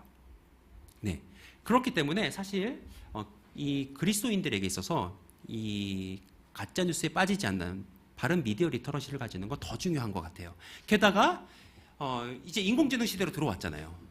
네, 인공지능이 이제 우리가 이제 대체로 많이 쓰는 뭐 챗GPT나 뭐 제미나이나 뭐 클로드 이런 LLM이라고 하는 거대 언어 모델 같은 것들이 있습니다. 근데 얘네들은요 그냥 기본적으로 말을 만들어내는 거예요. 네, 확률적인 계산으로 말을 만들어내는 게 이제 작동되는 원리인데. 그러다 보니까 얘는 말을 만들어내는 게 목적이지 사실은 바른 말을 하는 게 아닙니다. 네, 어떤 경우는요. 네. 그래서 제가 실제로 물어봤어요. 저는 참고로 챗GPT를 돈 주고 쓰고 있습니다. 네, 돈을 주고 쓰고 있고요. 네, 4.0 모델에다가 물어봤습니다. 네. 안녕 좋은 아침이야. 1930년대 40년대 활동했던 항일 독립운동가였던 이수인 선생에 대해서 알려줘 라고 얘기했어요. 무슨 소리예요? 네, 전문용어로 개소리라고 하죠. 네. 제가 심지어 검색을 해봤습니다. 혹시라도 동명이인이 있었을까 하고 검색을 해봤어요. 아니요, 그런 사람이 없거든요. 이렇게 물어봤습니다. 챗GPT가 뭐라고 답을 했는지 아십니까? 안녕하세요, 좋은 아침입니다. 이수희는 1904년에 태어나서 1996년에 이미 죽었어. 네, 그리고 초기생의 독립운동, 작품활동, 후기생의 뭐 기타 뭐 이렇게 이르기까지 와, 내가 이런 삶을 살았다고? 막 이런 생각이 들 정도로 저 말도 안 되는 얘기를, 좋은 얘기를 다 써줬어요. 그래가지고 이런 사람이다 막 이런 얘기를 해줬는데 기가 막힙니다. 네, 아직 이제 할루시네이션 현상이 되게 많이 이제 줄어들고 있긴 하지만, 근데 구조적으로 아직도 좀 잘못된 정보들이 나옵니다. 그리고 이게 이제 요즘 우리가 생성형 AI, 생성형 인공지능을 많이 쓰고 있기 때문에 이게 사실은 좀 안 좋은 사람들이 사용을 하게 되면 큰 문제가 될 수 있습니다. 네, 이게 2023년 3월에 굉장히 화제가 됐었던 사진이죠. 네, 그래서 이런 사진이 막 인터넷 웹 그 사이트 커뮤니티들을 통해서 막 퍼져나가기 시작했습니다. 그래서 이때 당시에 그 러시아와의 그 결탁, 네, 요 러시안 게이트로 트럼프가 약간 조사를 받고 뭐 그러고 있었는데, 트럼프 대통령이 이제 체포가 되는, 네, 이 이미지가 굉장히 확산이 되면서 트럼프 대통령이 체포됐다라고 하는 소식이 막 퍼졌습니다. 근데 알고 보니까 이 이미지는요, 엘리엇 히긴스라고 하는 사람이요. 네, 이분도 이제 웹 관련 사업 하시는 분인데, 미드전이 있죠. 네, 미드전이 그 인공지능을 이용을 해서 생성한 이미지입니다. 네, 그래서 특히 이제 요즘 그 일론 머스크가 만든, 네, 그쪽 또 인공지능들이 있는데요. 얘네들은 되게 특이하게 유명인들도 그냥 얼굴 다 만들어줍니다. 뭐 예를 들면 구글에서 만든 이미지 FX 같은 경우는 셀러브리티들은 잘 안 만들어줘요. 네, 정치인이나 연예인들 이미지는 안 만들어줍니다. 근데 일론 머스크 쪽에서 만든 인공지능은요, 그냥 일론 머스크 만들려고 그러면 다 만들어줍니다.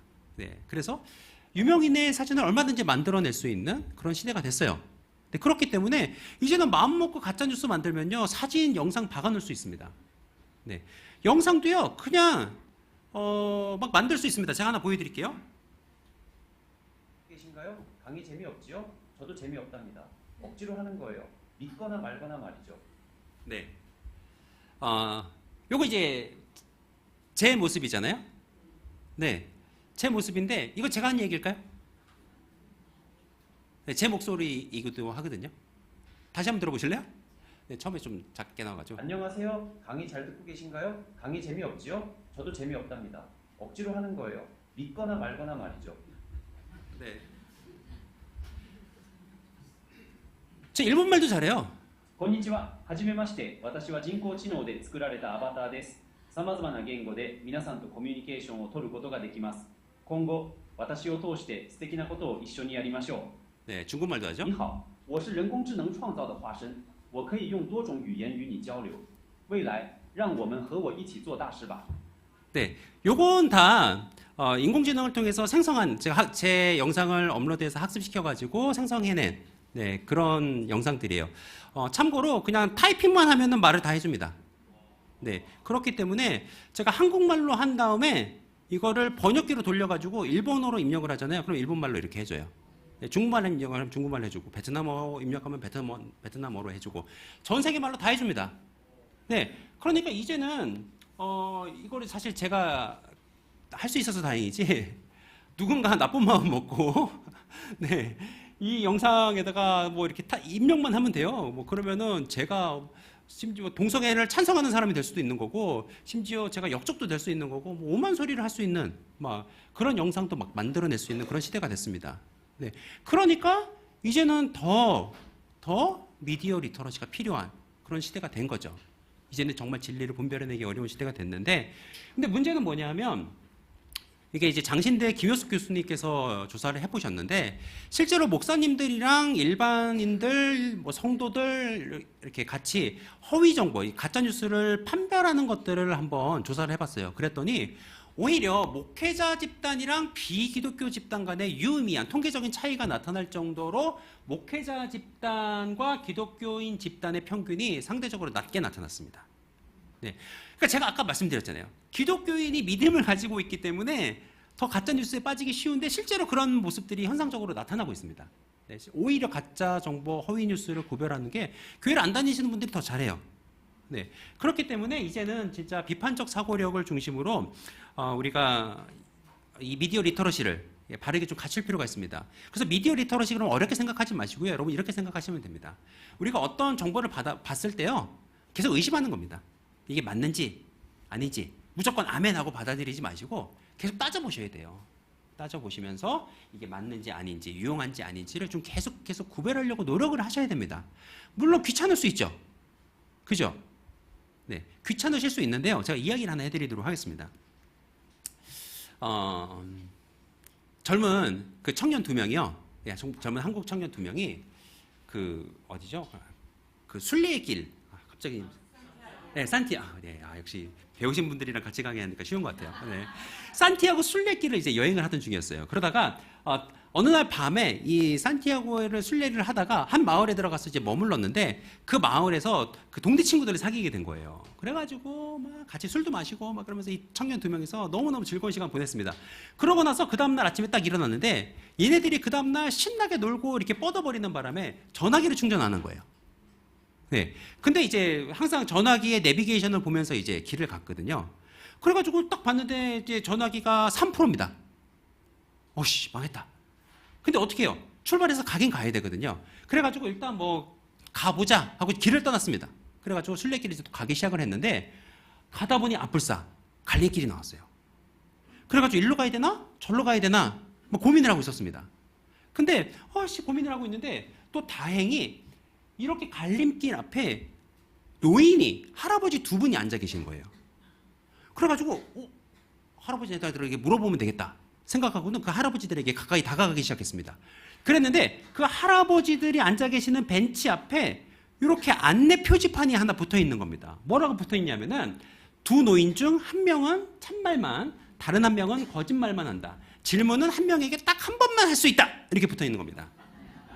네. 노인이 2분 계시는데 1명은 계속 참말만 하고요. 1명은 무조건 거짓말만 합니다. 자, 누구에게 어떤 질문을 해야 바른 길을 찾을 수 있을까요?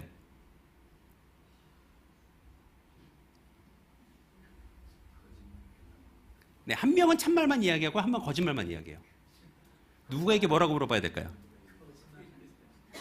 네, 누가 거짓말하는 사람이냐? 그러면 얘요. 그럼 끝날 거 아니에요. 네, 길은 못 물어보잖아요.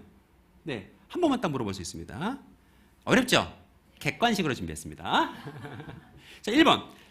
오른쪽 할아버지에게 오른쪽 길이 산티아고 가는 길인가요? 라고 묻습니다. 2번 왼쪽 할아버지에게 왼쪽이냐고 묻습니다. 그냥 한 할아버지를 골라서 어느 쪽이 산티아고 가는 길이냐고 묻습니다. 그냥 한 할아버지를 골라 옆에 계신 할아버지에게 어느 쪽 길인가요? 라고 물어보면 뭐라고 답을 하실까요? 라고 묻습니다. 네, 이럴 경우 정답은 대체로 뭐죠? 예, 4번. 긴 게 답이죠. 네, 정답은 4번입니다. 네. 4번이라고 물으면 답을 어떻게 할까요? 네. 4번으로 물어보면 무조건 잘못된 길을 가르쳐 주게 되어 있습니다.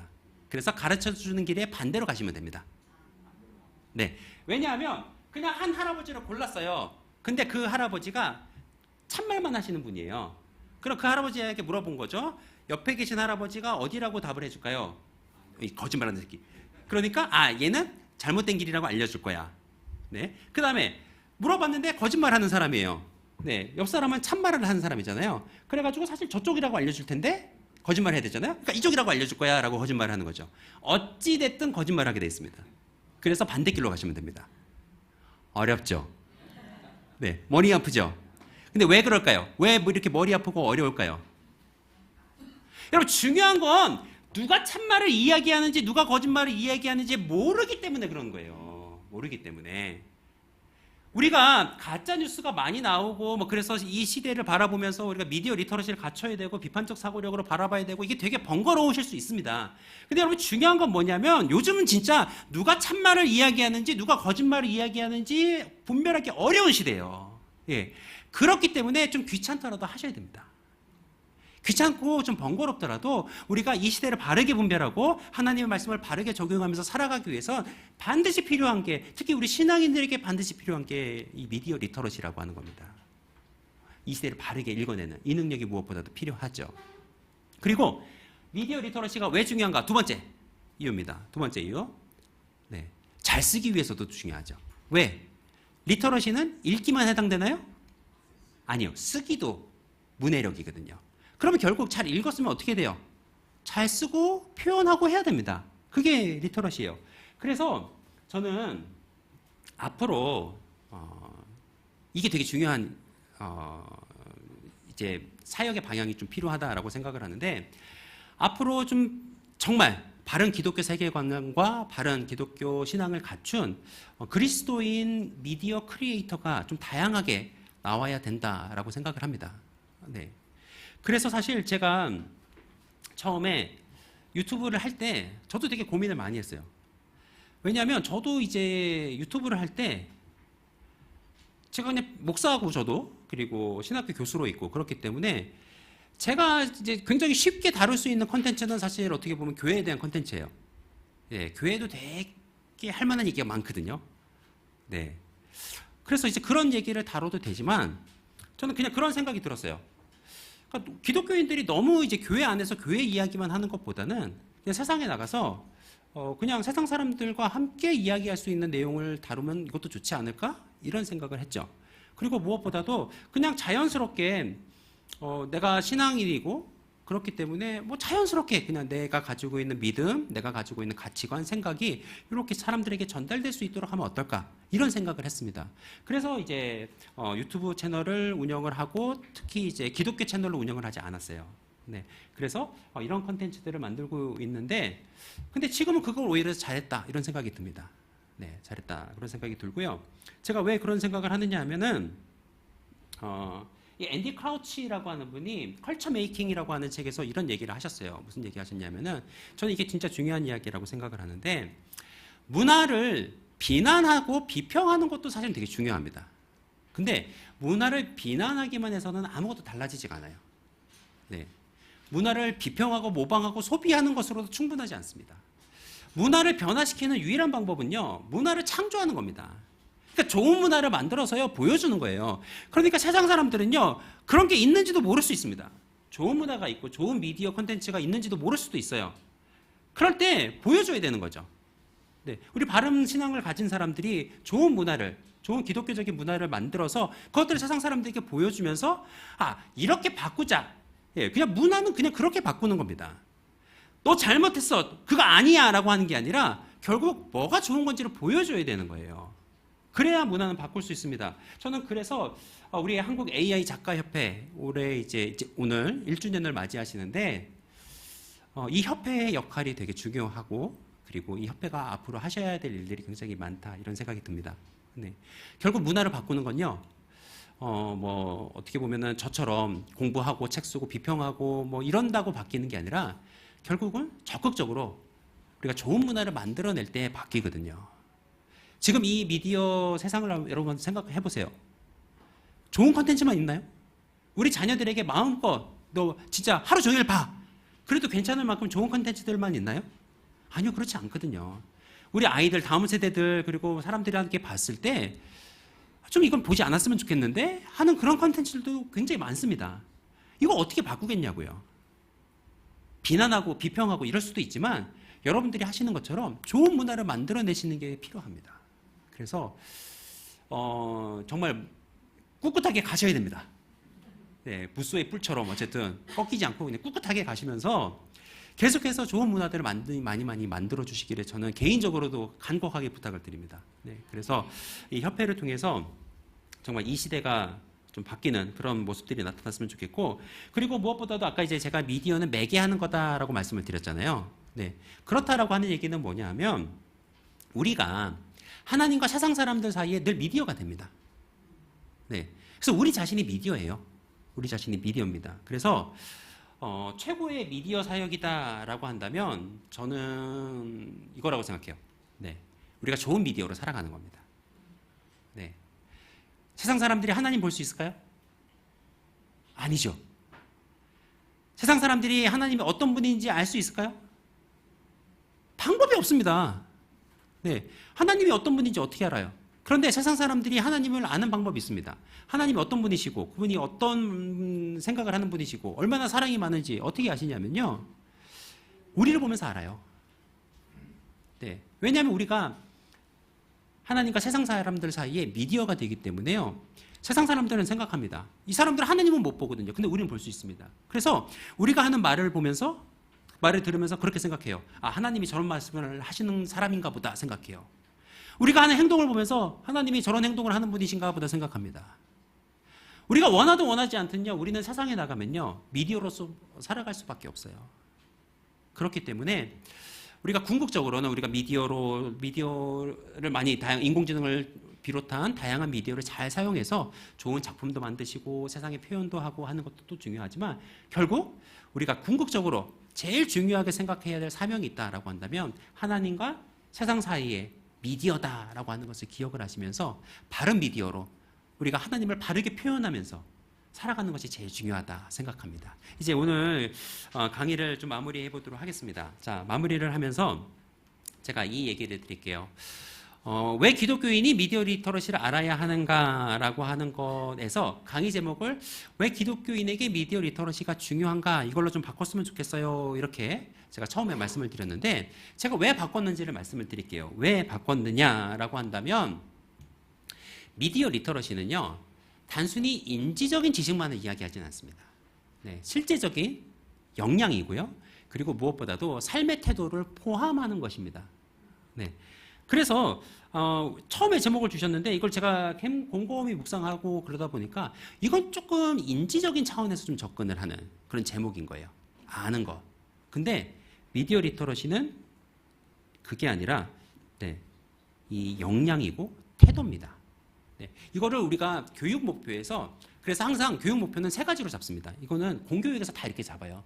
그래서 지식, 기능, 태도라고 하는 세 가지가 다 중요하게 여겨지는데, 여러분 이거를 제가 그냥 쉽게 설명을 드릴게요. 이 지식, 기능, 태도가 왜 중요한가라고 하는 걸 설명을 드리는 걸, 뭘 설명을 드리냐면은, 여러분 운전을 한다라고 생각을 해보세요. 자, 운전을 우리가 잘 하려면, 좋은 운전자가 되려면 인지적인 게 필요해요? 필요하지 않아요? 필요합니다. 네, 그래서 교통법규도 알아야 되고요. 자동차를 움직일 때 예를 들면 뭐 엑셀레이터를 밟으면 가고, 그리고 뭐 브레이크 밟으면 서고, 이런 거 알아야 되죠. 네, 지식적인 게 있어야 됩니다. 자, 그리고 또 하나, 기능도 필요하죠. 네, 그러니까 실제로 움직이고 조작을 해야 된단 말이에요. 그러니까 기능적인 요소도 필요합니다. 그리고 세 번째로 태도가 필요해요? 필요하지 않아요? 필요합니다. 네, 지식도 많고요. 그 다음에 기능도 잘해요. 그래서 그 지식과 기능으로 막 난폭운전할 수도 있습니다. 막 난폭운전하고 요리조리 하고 막 보복운전하고 차를 거칠고 막 위험하게 몰 수도 있어요. 근데 내가 바른 태도로 항상 양보하고 또 그리스도인답게 다른 사람들에게 또 이렇게 좀 이렇게 미리 양보하고, 그리고 또 방어 운전하면서 안전하게 운전을 할 수도 있습니다. 이거는 태도예요, 태도. 내가 늘 이 태도를 선택을 하는 겁니다. 그래서 지식적인 것도 있고 기능적인 것도 필요하지만 태도도 좋아야 됩니다. 그래야 좋은 운전자라고 할 수 있어요. 미디어 리터러시도 마찬가지입니다. 미디어 리터러시도요, 우리가 머리로 알아야 되는 것도 있습니다. 네, 머리로 알아야 되는 것도 있어요. 근데 실제로 내가 구분해낼 수 있는 역량도 있어야 됩니다. 그리고 세 번째로 태도도 되게 중요해요. 태도는 뭐냐면은 우리가 지속적으로 그런 태도를 취하는 겁니다. 네, 그냥 무조건 받아들이고 그냥 무조건 믿고 그냥 아멘하고 그러는 것이 아니라, 계속해서 우리가 새롭게 받아들이고 접하는 정보들에 대해서 비판적으로 생각하고 이게 진짜 맞을까 고민하고 따져보면서 계속해서 그런 태도를 갖추셔야 돼요. 이 세 가지가 다 있으셔야 됩니다. 그래서 제가 왜 기독교인에게 미디어 리터러시가 중요한가라고 하는 제목으로 바꿨어요. 그래서 바라기는 오늘 여기 세미나에 참석하신 우리 AI 기독 작가 협회 또 관계자 모든 여러분들, 미디어 리터러시를 인지적으로도 잘 알고 계시고, 그리고 또 실질적으로 구별하고 또 분별할 수 있는 그런 기능, 역량도 갖추시고, 그리고 무엇보다 태도, 늘 우리 삶 가운데서 바르게 분별해 내려고 하는 그런 바른 태도를 가지고 진짜 이 시대를 바르게 분별하고 그리고 탁월한 작품들을 만들어내시는 하나님의 사람들 되시길 주님의 이름으로 축원드립니다. 아멘. 네, 오늘 강의 여기까지 하도록 하겠습니다. 감사합니다. 네.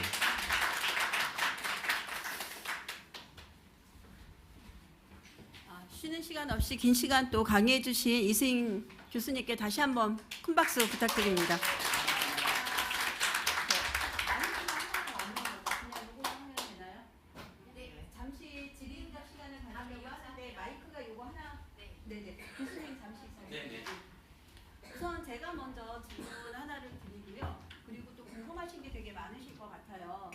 다음에 또 여기 앉아 계신 청춘분들의 질문을 받아보도록 하겠습니다. 미리 질문하실 분은 좀 메모 좀 해놓으시면 좋을 것 같습니다. 우선 제가 교수님께 네. 질문 드리고 싶은 거는 당연히 이제 미디어 리터러시 교육이 전제한다는 저희가 준비한다는 그 하에 강의 내용 중에서도 말씀을 하셨지만 네. 이제 기독교인들이 안에서 우리끼리가 아니라 세상에 나가서 사실은 더 많이 널리 알리려면 교육이 필요하고 외부에 있는 사람들에게도 어떤 우리 성경 말씀뿐만 아니라 그 외에 이런 리터러시가 정말 중요한 시대인데요. 기독교 공동체가 AI와 디지털 미디어를 효과적으로 활용하고 전도하는 교육을 확대하기 위해서 필요한 것이 있다면 어떤 조언을 해주실 수 있는지 좀 질문을 드려봅니다. 네, 그러니까 전도하고 잘 활용하기 위한. 왜냐하면 저희가 어찌됐든 이제 기독교인 단체이기도 하고 네네. 또 이제 저희 협회뿐이 아니신 분도 계신지는 모르겠지만 그러려면 저희끼리만이 아니라 바깥으로 많은 분들에게 또 이 미디어를 활용을 해야 되잖아요. 네네. 더군다나 AI까지. 그랬을 때 어떻게 유용하게 잘 활용할 수 있을지 방안을 조금 제시해 주신다면 어떤 네. 게 있을지. 네, AI를 활용하는 방안에 대해서는 사실 네, 요즘 사실 저 같은 경우도 제가 이번 학기에 이제 인공지능 시대의 교육 매체의 이해와 실제라고 하는 과목을 학교에서 제가 가르쳤는데요. 이제 인공지능을 통해서 할 수 있는 굉장히 다양한 교육 매체들을 제작을 하고 하는 것들을 가르쳤어요. 근데 그러다 보니까 자연스럽게 지금 현재 인공지능 기술이 다양하게 등장하고 또 발달하고 새로운 서비스들이 나오고 있거든요. 지금 어느 정도 여러분들이 모니터를 하고 따라오고 계신지 잘 모르겠는데 지금 엄청나게 빠르게 새로운 서비스들이 등장하고 있습니다. 그래서 지금 오픈 AI 같은 경우도 지금 매일 요 시리즈 기간 동안 매일 새로운 기술들을 발표하고 있습니다. 매일 새로운 기술들을 발표하고 있고요. 그 사이에 제미나이도 발표하고 특히 사진 한 장 넣으면은 그냥 바로 그냥 동영상으로 바꿔주는 서비스도 등장을 하고요. 그리고 심지어는 이걸 이제는 어느 쪽에서 활용하느냐 이게 문제가 아니라 활용이 안 되는 분야가 없다라고 볼 수 있을 정도로 지금 기본적인 인공지능 서비스 그냥 단순히 질문하고 답하고 챗봇 수준을 이제 넘어가고 있습니다. 네, 그래서 이제 에이전트로 이제 스마트폰이나 컴퓨터에 다 들어가게 되고요. 그리고 실제로 지금 이게 쓰여지고 있고요. 이번에 지금 계속 발표가 되고 있는 그런 상황이고 그래서 이제는 그냥 어떤 쪽으로 활용하느냐에 대한 그 답 같은 경우는 그냥 다 된다 이제 그리고 다 인공지능을 사용하게 될 거다라고 보시는 게 제일 맞을 것 같습니다. 네, 그리고 업무에 있어서도 인공지능에게 얘기해두면 얘가 클릭도 지가 알아서 합니다. 클릭 알아서 해가지고 프로그램 열어가지고 조사하고 내 달력 열어가지고요 일정 확인한 다음에 또 지도 앱 열어가지고 이 일정표와 그 동선까지 짜줘요. 네, 그런 시대가 됐습니다. 네, 많이 알고 계시는 분들도 계시지만 제가 이제 질문 드렸던 이유는 네. 그렇지 않은 경우도 많고 이래서 한번 질문을 드려봤고요. 혹시 나는 질문을 좀 드려보고 싶다. 교수님께 네네. 궁금한 거. 네. 이수인 교수님 참 반갑고 고맙습니다. 굉장히 깊이 있는 세미나 강의해 주셔서 고맙습니다. 근데 우리가 이제 접하고 있는 AI 시대는 오픈 AI 시대는 너무 급속하게 발전하다 보니까 이 부정적인 우리 목회자 입장에서 저는 뭐 목회자는 아닙니다만은 네. 입장에서 부정적인 시각을 가진 사람이 많아요. 네. 그래서 제가 지난번에도 우리 교육법 통합측의 교육법연구원에서 그 이제 세미나를 하면 그 연세대학교 박욱주 박사하고 이제 한 일이 있습니다. 근데 네. 이게 뭐냐면은 교회 신앙이란 거는 다 아주 그 믿음 자체로 우리가 결성되어 있는 공동체인데 그 중에도 자꾸 인간적인 부분이 하나님과 그 사이를 자꾸 이간하는 게 많기 때문에 지금 독일에서는 그 목회자에 대한 그 불신앙이랄까 이런 것 때문에 챗봇을 사용해가지고 목회자 대신 네. 그 예배드리는 형사 우리가 한번 언제 봤지 않습니까? 네네. 그런 게 있는데 이래서 그 우리 목회자는 사람은 하나님이 사람을 세워가지고 목회자를 세웠을 때는 영성이나 감성 그런 게 있어야 되는데 이 보스는 그게 없잖아요. 네. 그런데 그런 면에서는 영감이 있는 사람들이 그 보스를 사용을 해야지. 그렇지 않은 분들이 좀 그걸 악용을 한다면은 앞으로 우리가 기독교인들이 이 AI 시대를 어떻게 극복해 나갈 건가 이게 걱정이 많거든요. 네네. 그래서 지금 이제 우리 그 목회하시는 분들 입장에서는 물론 다 그 하나님 소명 받아가지고 참 성실하게 정말 참 잘하려고 하지만은 그 대중이랑은 또 그렇지 않지 않습니까? 네. 신앙을 가지고 있는 사람들은 거기에 또 뭐 어떤 부분은 어떻고 하자기 이렇게 해서 결국은 우리가 한국에 온 교단들이 자꾸 갈라진 이유가 다 그런 거 아닙니까? 네. 그런데 이런 부분이 자꾸 거기 AI 오픈 AI가 거기 개입을 해버리면은 정말 이걸 어떻게 해결해야 될까? 이런 이제 염려도 많습니다. 근데 교수님께서는 어떤 이런 부분에 대해서는 어떻게 생각을 네. 해보신 일이 있는가 해서 말씀. 네, 사실 제가 통합교단에 작년부터 시작해가지고 목회자 계속 교육을 권역별로 다 했어요. 그래가지고 총회교육원이랑 같이 해서 목사님들 교육을 거의 다 했습니다. 아마. 그리고는 아마 내년 2월에는 제주도에 장로 수련회가 있어가지고 장로 수련회 때도 제가 인공지능 강의를 하게 될 텐데요. 그래서 목사님들 많이 만나고 이제 그럴 때 이제 목사님들이 그 질문들을 조금 하셨어요. 그래서 어떤 목사님은 무슨 얘기 하셨냐면은 우리가 코로나 때문에 되게 어려웠었는데 이제는 또 인공지능이 나와서 인공지능에게 또 성도들을 뺏기는 거 아니냐. 뭐 염려하시듯이 인공지능 특히 이제 주님 AI 나왔던 거 아시나요? 혹시 써보셨나요? 네, 주님 AI 써보시고 지금 초원인으로 이름이 바뀌었는데 뭐 그런 서비스도 나오고 이러는 거 보니까 사람들이 이제 목회자가 아니라 거기를 찾아가지 않겠느냐 뭐 이런 이야기들을 하면서 걱정을 많이 하셨어요. 제가 이제 그런 목사님들한테 이제 동일하게 늘 드리는 답이 어떤 거냐면은 사실 사람들이 뭐 온라인 교회를 찾아가고 뭐 예를 들면 코로나 때 그랬잖아요. 온라인 교회 찾아가거나 혹은 온라인 뭐 신앙 공동체 찾거나 그리고 뭐 인공지능 뭐 챗봇을 찾아가고 하는 거는 이게 새로운 서비스가 나와서가 아닙니다. 이거 우리가 놓치시면 안 돼요. 새로운 서비스가 나와서가 아니라 지금 오프라인의 서비스가 만족스럽지 않은 겁니다. 이게 제일 큰 이유예요. 네. 그러니까 저도 이제 사람들한테 늘 여쭤봐요. 그러니까 여러분들 하나 여쭤볼게요. 유럽을 직접 여행을 가기를 원하세요? 아니면 VR로 체험해 보기를 원하세요? 네.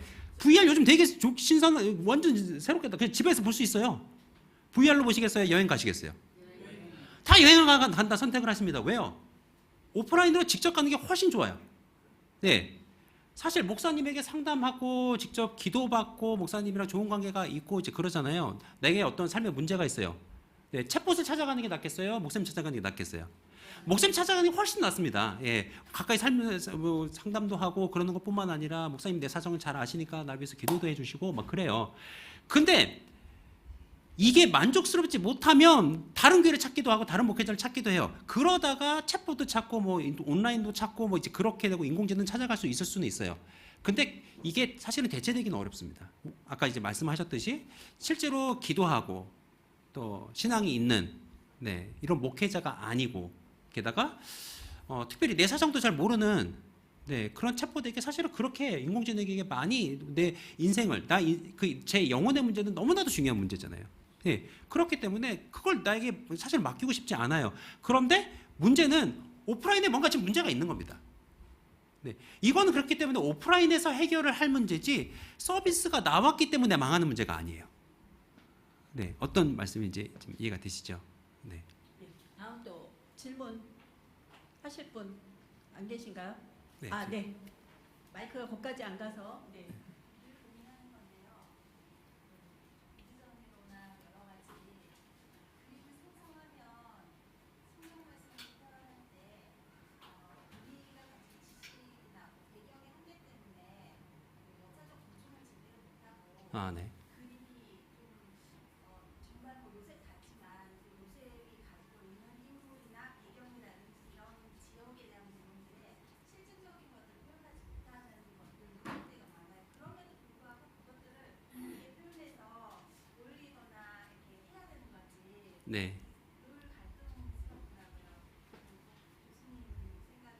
네. 네.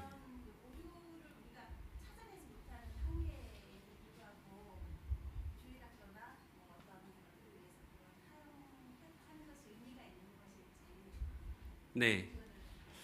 네. 조금 이제 어려운 문제이긴 하네요. 네, 어려운 문제이긴 한데요. 일단 자료가 아예 없는 것보단 나을 수 있다고 생각합니다. 저는. 네. 그리고 사실 우리가 교육적인 이야기를 하셔서 그러는데 어른들이나 이제 교회를 오래 다니시는 분들 같은 경우는 성경의 세계나 성경의 문화나 이런 거에 대해서 좀 잘 알고 있기 때문에 이런 걸 말로만 들어도 어느 정도 이해를 하실 거예요. 근데 사실 성경의 문화와 성경의 시대를 잘 모르는 아이들이나 뭐 다음 세대의 아이들 같은 경우는 그게 사실은 잘 뭔지 이해가 안 될 수 있습니다. 네.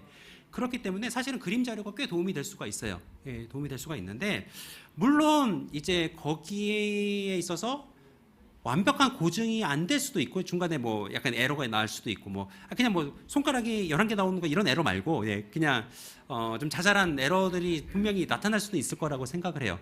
그런데 그럼에도 불구하고 교육적으로 본다면은 저는 가치는 좀 있다고 생각을 합니다. 예. 왜냐하면 그냥 말로만 해서는 좀 알아듣기, 이해하기 어려운 아이들에게 그런 그 시대의 그림을 보여주면서 조금 더 깊이 있고 또 생생하게 다가갈 수 있도록 도와줄 수 있다라고 하는 면에서는 어느 정도 도움은 될 수 있다라고 생각을 해요.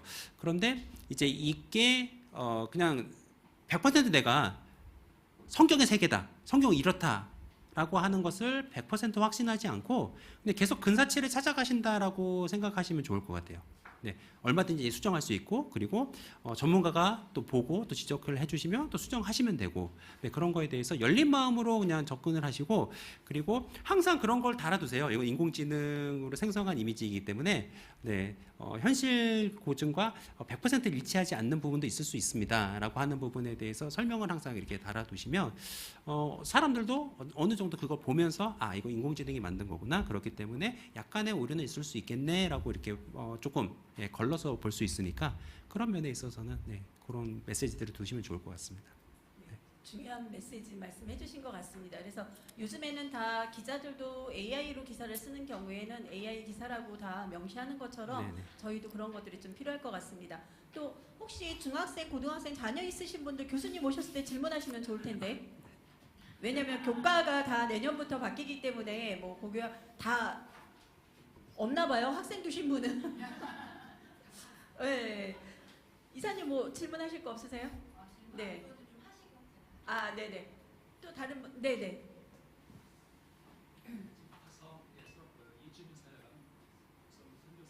네. 선생님 안녕하세요. 저 잠시만요. 선교사님 앞으로 잠깐 나와주시겠어요? 목소리가 조금 작으셔서 뒤에 계신 분이 잘 안 들릴 것 같습니다. 그리고 유튜브 보시는 분들이 계셔서 네. 그러시군요. 네, 오늘 교수님 강의 잘 들었고요. 이주민 사역하고 있습니다. 그런데 이제 저도 이제 나이가 있다 보니까 이제 전도한다든가 이주민들하고 대화 커뮤니케이션하는데 많은 어려움이 있거든요. 근데 요즘 젊은이들이 특히 한국에 와서 돈 벌러 온 이주민들이 20대, 30대들인데 거의 뭐 일하고 힘드니까 저녁 되면 계속 이제 스마트폰, 뭐 유튜브 많이 보고 있는데 이제 두 가지 질문 드리고 싶어요. 그래서 아까 좋은 컨텐츠 이야기했고 다양한 것들이 있는데 그들에게 그 선별할 수 있는 아무거나 보지 않고 영적인 유익을 줄 수 있는 좋은 컨텐츠를 선별하는 방법 무엇이 있을까요? 그 질문 하나 하고요. 또 이주민 전도지를 저희들이 이제 그 문서로 전도하다 보니까 사실 잘 읽지 않잖아요, 젊은이들이. 아까 이제 화면에 보니까 이렇게 번역, 뭐 이렇게 각 나라로 이게 전달이 되는 걸 보면서 전도지가 아닌 다른 영상으로 전도를 할 수 있는 각 언어로 이렇게 그런 기능이나 이런 것을 어떻게 하면 배울 수 있고 또 활용할 수 있는지 두 가지 좀 부탁을 드리겠습니다. 네, 일단은 조금 더 쉬운 답부터 먼저 드리면 그냥 영상을 제작하고 하는 거 같은 경우는 저는 이제 요즘 추천드리기는 쇼츠 영상을 만드시기를 추천을 드리죠. 긴 영상 사람들이 잘 안 보니까. 그리고 제가 이제 목사님들한테도 늘 말씀을 드리는 건데 이제 미디어에서 이제 기본적으로 생각하는 게 뭐냐면은 원 소스 멀티 유즈라고 하는 겁니다. 뭐냐면 어떤 소스가 하나 있으면 그거를 하나만 쓰는 게 아니라 다양한 소스로 바꿔가지고 쓰는 거예요. 근데 이제 목사님들이 계속해서 뭐 매주마다 생산해내는 굉장히 좋은 컨텐츠가 있습니다. 설교라고 하는 컨텐츠인데요. 근데 그 설교를 대체로 설교로만 소비를 하십니다. 설교로만 쓰세요. 주일날 설교하고 끝나는 경우가 많은데, 근데 미디어 학에서 봤을 때는 되게 아까운 겁니다. 네, 굉장히 다양하게 그 소스를 바꿔서 쓰실 수 있거든요. 그리고 특히 이제 생성형 AI 도움을 받으면 설교 원고를 넣고 이거를 이제 블로그용 글로 써달라 그러면 블로그용 글로 써주고요. 그리고 그거를 이제 쇼츠용으로 이제 아예 스크립트를 써달라 그러면 스크립트로 바꿔주기도 하고요. 아니면 이제 뭐 오프스클릭 같은 사이트에는요, 내가 설교 영상을 올리면 그냥 1분짜리 쇼츠 영상을 예를 들면 한 35분짜리 설교를 올리잖아요. 그러면 쇼츠 영상을 한 24개를 만들어줍니다. 이 중에서 네가 마음에 드는 거 골라서 써. 자막도 다 나와요. 한글 자막으로 자막도 다 나오고 그렇게 해가지고 또 틀리면 자막 수정할 수도 있는데, 그런 사이트를 이용해가지고 내가 설교도 막 해서 올릴 수 있고요. 그리고 아까 이제 제가 잠깐 이렇게 보여드렸듯이 이미지로 영상을 만들 수도 있고, 그리고 그런 이미지 아바타를 만들어서 거기에 언어를 번역해서 번역기를 넣고 만들면 사실은 다양한 언어로 이야기를 할 수 있는 그런 아바타들도 만들 수가 있습니다. 그래서 그런 아바타로 설교의 내용을 한 1분 정도 이렇게 요약을 하셔서, 요약도 내가 안 해도 되죠. 인공지능에게 좀 요약해달라고 이야기하고 스크립트로 만들어주면 그걸 이제 번역해달라 그러면 되거든요. 그럼 번역기에 있는 거 이렇게 복사해가지고 붙여넣기 하면은 그냥 내 얼굴로 사진 하나 쓰셔도 되거든요. 내 얼굴로 이렇게 이야기하는 그런 것들을 만들 수 있습니다. 그래서 이주민들에게 뭐 모든 것들을 다 하지는 못한다 할지라도 그냥 설교 내용이라도 그냥 그들의 언어로 바꿔서 전달하는 게 충분히 가능하죠. 그렇게 쓰시면 좋을 것 같고요. 그리고 첫 번째 질문이 더 중요한 질문이었죠. 첫 번째 질문이 뭐였죠? 제가 말씀. 이주민들이 이제 일을 하고 피곤하고 아니, 하니까 좋은 컨텐츠를 네. 선별하는 그게 이제 저도 숙제입니다. 저도 숙제인데요. 제가 이제 요즘 고민하고 있는 거는 어떤 거냐면은 미디어 비평 및 추천을 할 수 있는 저는 플랫폼을 하나 만들면 좋겠다라고 하는 생각이 듭니다. 저는 이게 저 은퇴하기 전까지 하고 싶은 사역인데요. 그러니까 이런 거예요. 그러니까 미국에 가면은 그냥 일반 사이트입니다. 여기는 그냥 그냥 뭐죠? Non-profit organization이에요. 그래서 뭐죠? 그래서 이게 그냥 돈을 벌기 위한 조직이 아닙니다. 돈을 벌기 위한 조직이 아니어가지고요. 그냥 지들이 하고 싶은 대로 비평을 해요. 솔직하게. 그래서 부모 이렇게 딱 접속을 하면은 뭐 교사들이 클릭해서 이제 교사용으로 볼 수도 있고 부모용으로 볼 수도 있고 그렇게 볼 수 있는데, 아이들에게 이제 소개해줄 만한 영화면 영화, 뭐 애니메이션 시리즈도 있고요. 그리고 뭐 넷플릭스 시리즈 같은 것도 있고, 심지어는 책도 있어요. 웹툰 뭐 이런 것도 다 있고, 그래서 그 여러 가지 종류의 미디어를 종류별로 해서 다 리뷰를 합니다. 그래서 이 영화 같은 경우 예를 들면 뭐 폭력성은 얼마나 되는지, 그리고 뭐 선정성은 얼마나 되는지 이런 것들을 쭉 설명하고, 또 이 영화를 가지고 어떤 메시지들을 다음 세대들이랑 이야기할 수 있는지 이렇게 비평을 하는 사이트가 있어요. 그리고 그게 뭐 유튜브 채널도 있고 책도 다 다룹니다. 그렇게 해서 우리 다음 세대들이 접할 수 있는 여러 가지 미디어 콘텐츠들을 계속해서 기독교적인 관점으로 좀 비평을 해주는 그런 사이트가 좀 필요한 것 같아요. 그래서 지금 말씀하신 것처럼 이게 뭐 추천을 해주는 방법 같은 경우는 보는 수밖에 없거든요. 다 보고 우리가 좋은지 안 좋은지 분별해서 이제 추천을 해주는 수밖에 없는데, 그러기에는 요즘 컨텐츠들이 너무 많이 나오고 있습니다. OTT부터 시작해가지고 텔레비전 공중파, 뭐 심지어 유튜브의 개인 채널들을 이르기까지 이거를 개인이 분별할 수가 없는 그런 시대예요. 그렇기 때문에 이거는 팀이 필요하고 어떤 그런 단체가 필요하고 어떤 플랫폼이 필요하다라고 생각합니다. 그래서 그 플랫폼을 통해서 사람들한테 지속적으로 기독교인이 좀 어떻게 볼 수 있을 만한 그런 좋은 콘텐츠들을 분별할 수 있도록 도와주고, 또 좋은 콘텐츠는 추천하고, 또 비평하는 것도 비평하고, 뭐 이런 게 이제 영화사나 회사의 압력을 받지 않는, 그래서 좀 자체적으로 좀 돈을 광고 받지 않고 하는 그런 사이트를 만드는 것들이 필요하지 않은가. 그런 저도 기도 제목이 있고 고민하고 있습니다. 교수님께서 그 플랫폼을 꼭 만드실 수 있도록 응원의 박수 좀 부탁드립니다. 그리고 두 번째로 말씀하신 내용 중에는 저희 한국 기도 AI 작가 협회에 오시면 모든 것들이 콘텐츠는 해결이 되십니다. 잠깐 말씀드릴게요. 진짜 오늘 큰 감동의 교육 너무 감사했습니다. 그 방금 우리 선교사님께서 오셨는데 제 수업 받으신 분에서도 은퇴하신 선교사님이 계셨거든요. 같은 비슷한 연배세요. 근데 그분이 아침 새벽부터 시작해가지고 하루 종일 동영상을 100개를 만드십니다. 네, 그리고 100개를 만드셔가지고 그것을 전부 다 각 나라 언어로 싹 바꿔요. 그래서 그것을 해가지고 현재 지금 유튜브에다가 다 올리고 있거든요. 그것을 배우시려면 방금 말씀하신 대로 저희 협회에 오셔서 노준환 대표님이야 그 모든 기능을 다 가르쳐드리고 계시니까 오셔가지고 배우시면 됩니다. 진심으로요. 그렇게 하시고 그리고 제가 교수님께 이제 정말 오늘 또 뭐 하시고 싶은 어떤 그런 너무 사이트 기대가 됩니다, 진짜. 근데 교수님께서 저희 협회에게 우리 협회가 이런 일을 했으면 좋겠다. 그러니까 요런 일, 요런 사역 뭐랄까, 요런 어떤 것을 하면 정말 참 이 시대에 너무나도 좋은 게 되지 않을까 하는 선한 오늘 목사님께서도 선한 일을 하라고 하셨는데 어떤 일을 우리 협회가 했으면 좋겠다라고 생각하는 게 있다면 그 한 가지 좀 추천해 주시면 감사하겠습니다. 아니 근데 지금 저도 이제 잠깐 와서 이제 요거 협회에서 앞으로 이제 2035년까지인가 잡아 놓으신 것 같더라고요. 네 맞죠? 네 그래가지고 이제 앞으로 이렇게 그냥 이걸 하시기도 쉽지 않은 어쨌든 네 이것만 잘하셔도 될 것 같은데 그런 생각이 들긴 하죠. 들긴 하는데 저는 그냥 개인적인 소망을 말씀드려도 됩니까? 네, 그냥 개인적인 소망인데 그래서 여기 지금 계획하시는 대로 잘 진행을 하시면 좋을 것 같고요. 저는 아무래도 교육을 하고 그러는 사람이다 보니까 동화책을 많이 만들어 주면 좋을 것 같습니다. 뜬금없다라고 생각할 수 있는데요. 근데 사실 여러분들이 이제 AI를 사용을 해서 이제 그림 작품들을 많이 만드시잖아요. 많이 만드는데 사실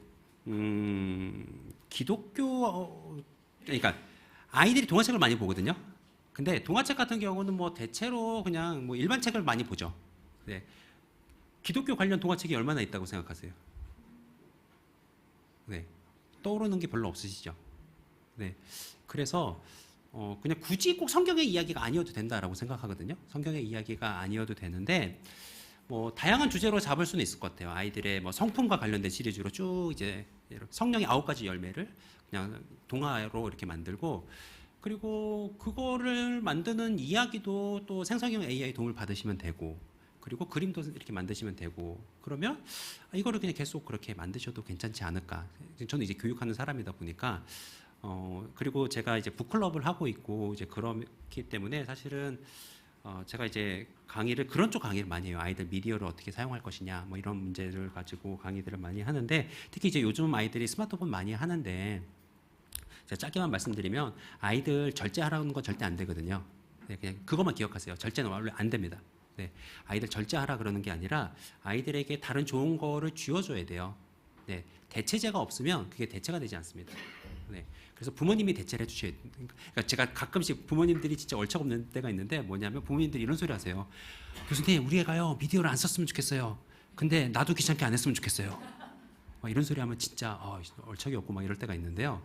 그러니까 뭔가 채워줘야 됩니다. 예. 그래서 사실은 저는 이제 아이들이랑 북클럽을 청소년들이랑 북클럽 하고 있는데 책을 통해서 아이들이 미디어를 줄여나가는 걸 봐요. 실제로. 아이들이 일주일에 막 400페이지, 500페이지 책을 읽어나가면서 그 책 읽고 하는 게 재밌으니까 미디어를 그만큼 줄이거든요. 그런 것처럼 뭔가 이제 단순히 이 성경 그리고 교회에서 분막 공부하는 거 떠나서 아이들이 평일에도 읽을 수 있는 좋은 책 그리고 또 수준이 낮으면 좀 좋은 동화책 이런 것도 되게 중요하고 필요한데 그런 것들을 충분히 해주실 수 있지 않을까. 네, 그런 저는 생각도 듭니다. 그냥 개인적인 바람입니다. 그리고 35년까지 꼭 이루시기를 저도 응원하겠습니다. 네, 맞습니다. 네. 중요한 말씀 해주셨는데요. 저희가 항상 미디어가 책도 미디어거든요. 근데 이 디지털 기기만이 미디어라고 인식하는 데서 문제가 발생이 되기 때문에 가장 기본 교육은 독서인 것 같아요. 그래서 교수님께서 정말 중요한 말씀 해주셨고요. 또 다른 질문, 우리 친구 질문할 거 혹시 있을까요? 없어요. 다행이에요. 네. 또 네.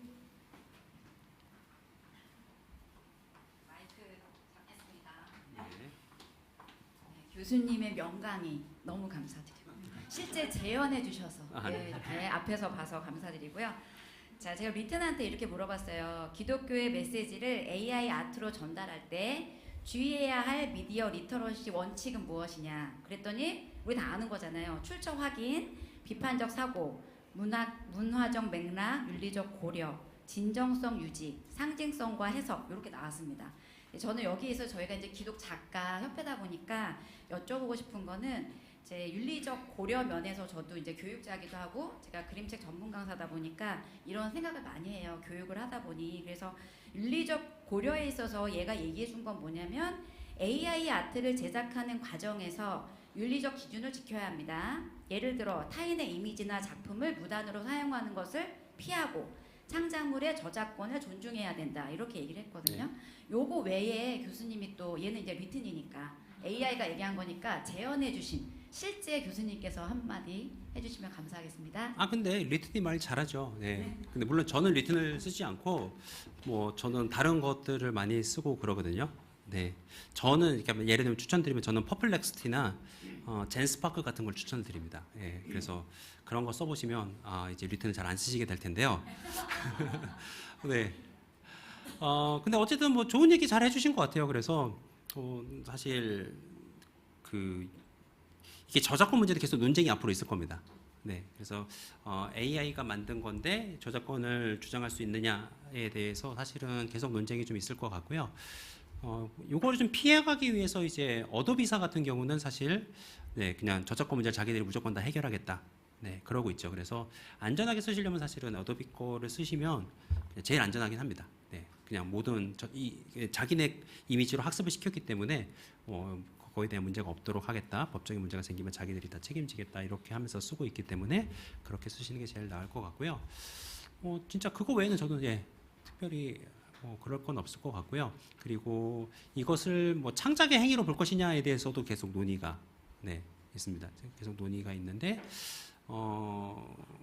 그 부분에 있어서는 앞으로 계속 좀 논의가 좀 진행이 되어야 될 것 같아요.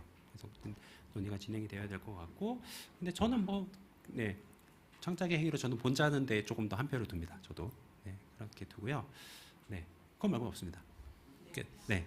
지금 답변해 주신 걸 또 저희 협회가 잘하고 있는 것 같습니다. 왜냐하면 인공지능의 아이디어와 능력을 빌리기도 하지만 저희는 후 작업을 통해서 그 창작의 역할을 정말 톡톡히 해내고 이번 1급 과정에서도 그런 작업을 해봤는데 잠시 경험 말씀을 좀 한번 해봐 주시겠습니까? 잠깐 나오시겠어요? 네, 시온 선생님. 네. 근데 그렇게 실제로 후작업하는 것을 저작권의 굉장히 중요한 기준으로 봅니다. 그래서 한번 경험해 보신 걸 또 말씀해 주시면 좋을 것 같습니다.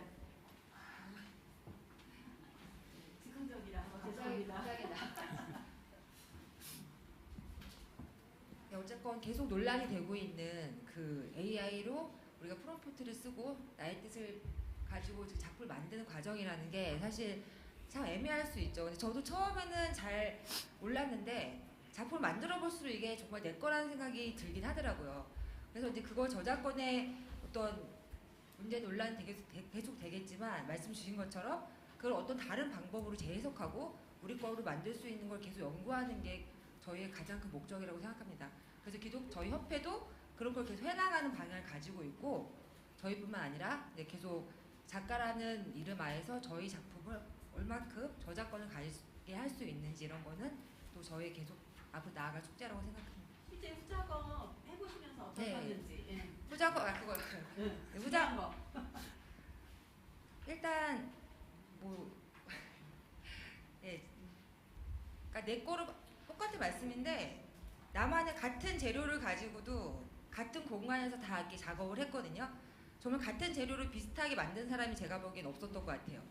그러니까 그렇듯이 그런 작업이라는 게 창작물로 할 수 있는 충분한 값어치가 있고 가치가 있다고 저는 생각을 하고 정말 즐거운 그런 작가의 어떠한 과정이 아닐까 그렇게 생각해 봅니다. 네, 감사합니다. 갑자기 질문을 드렸는데 응해 주셔서 감사하고요. 네, 죄송합니다.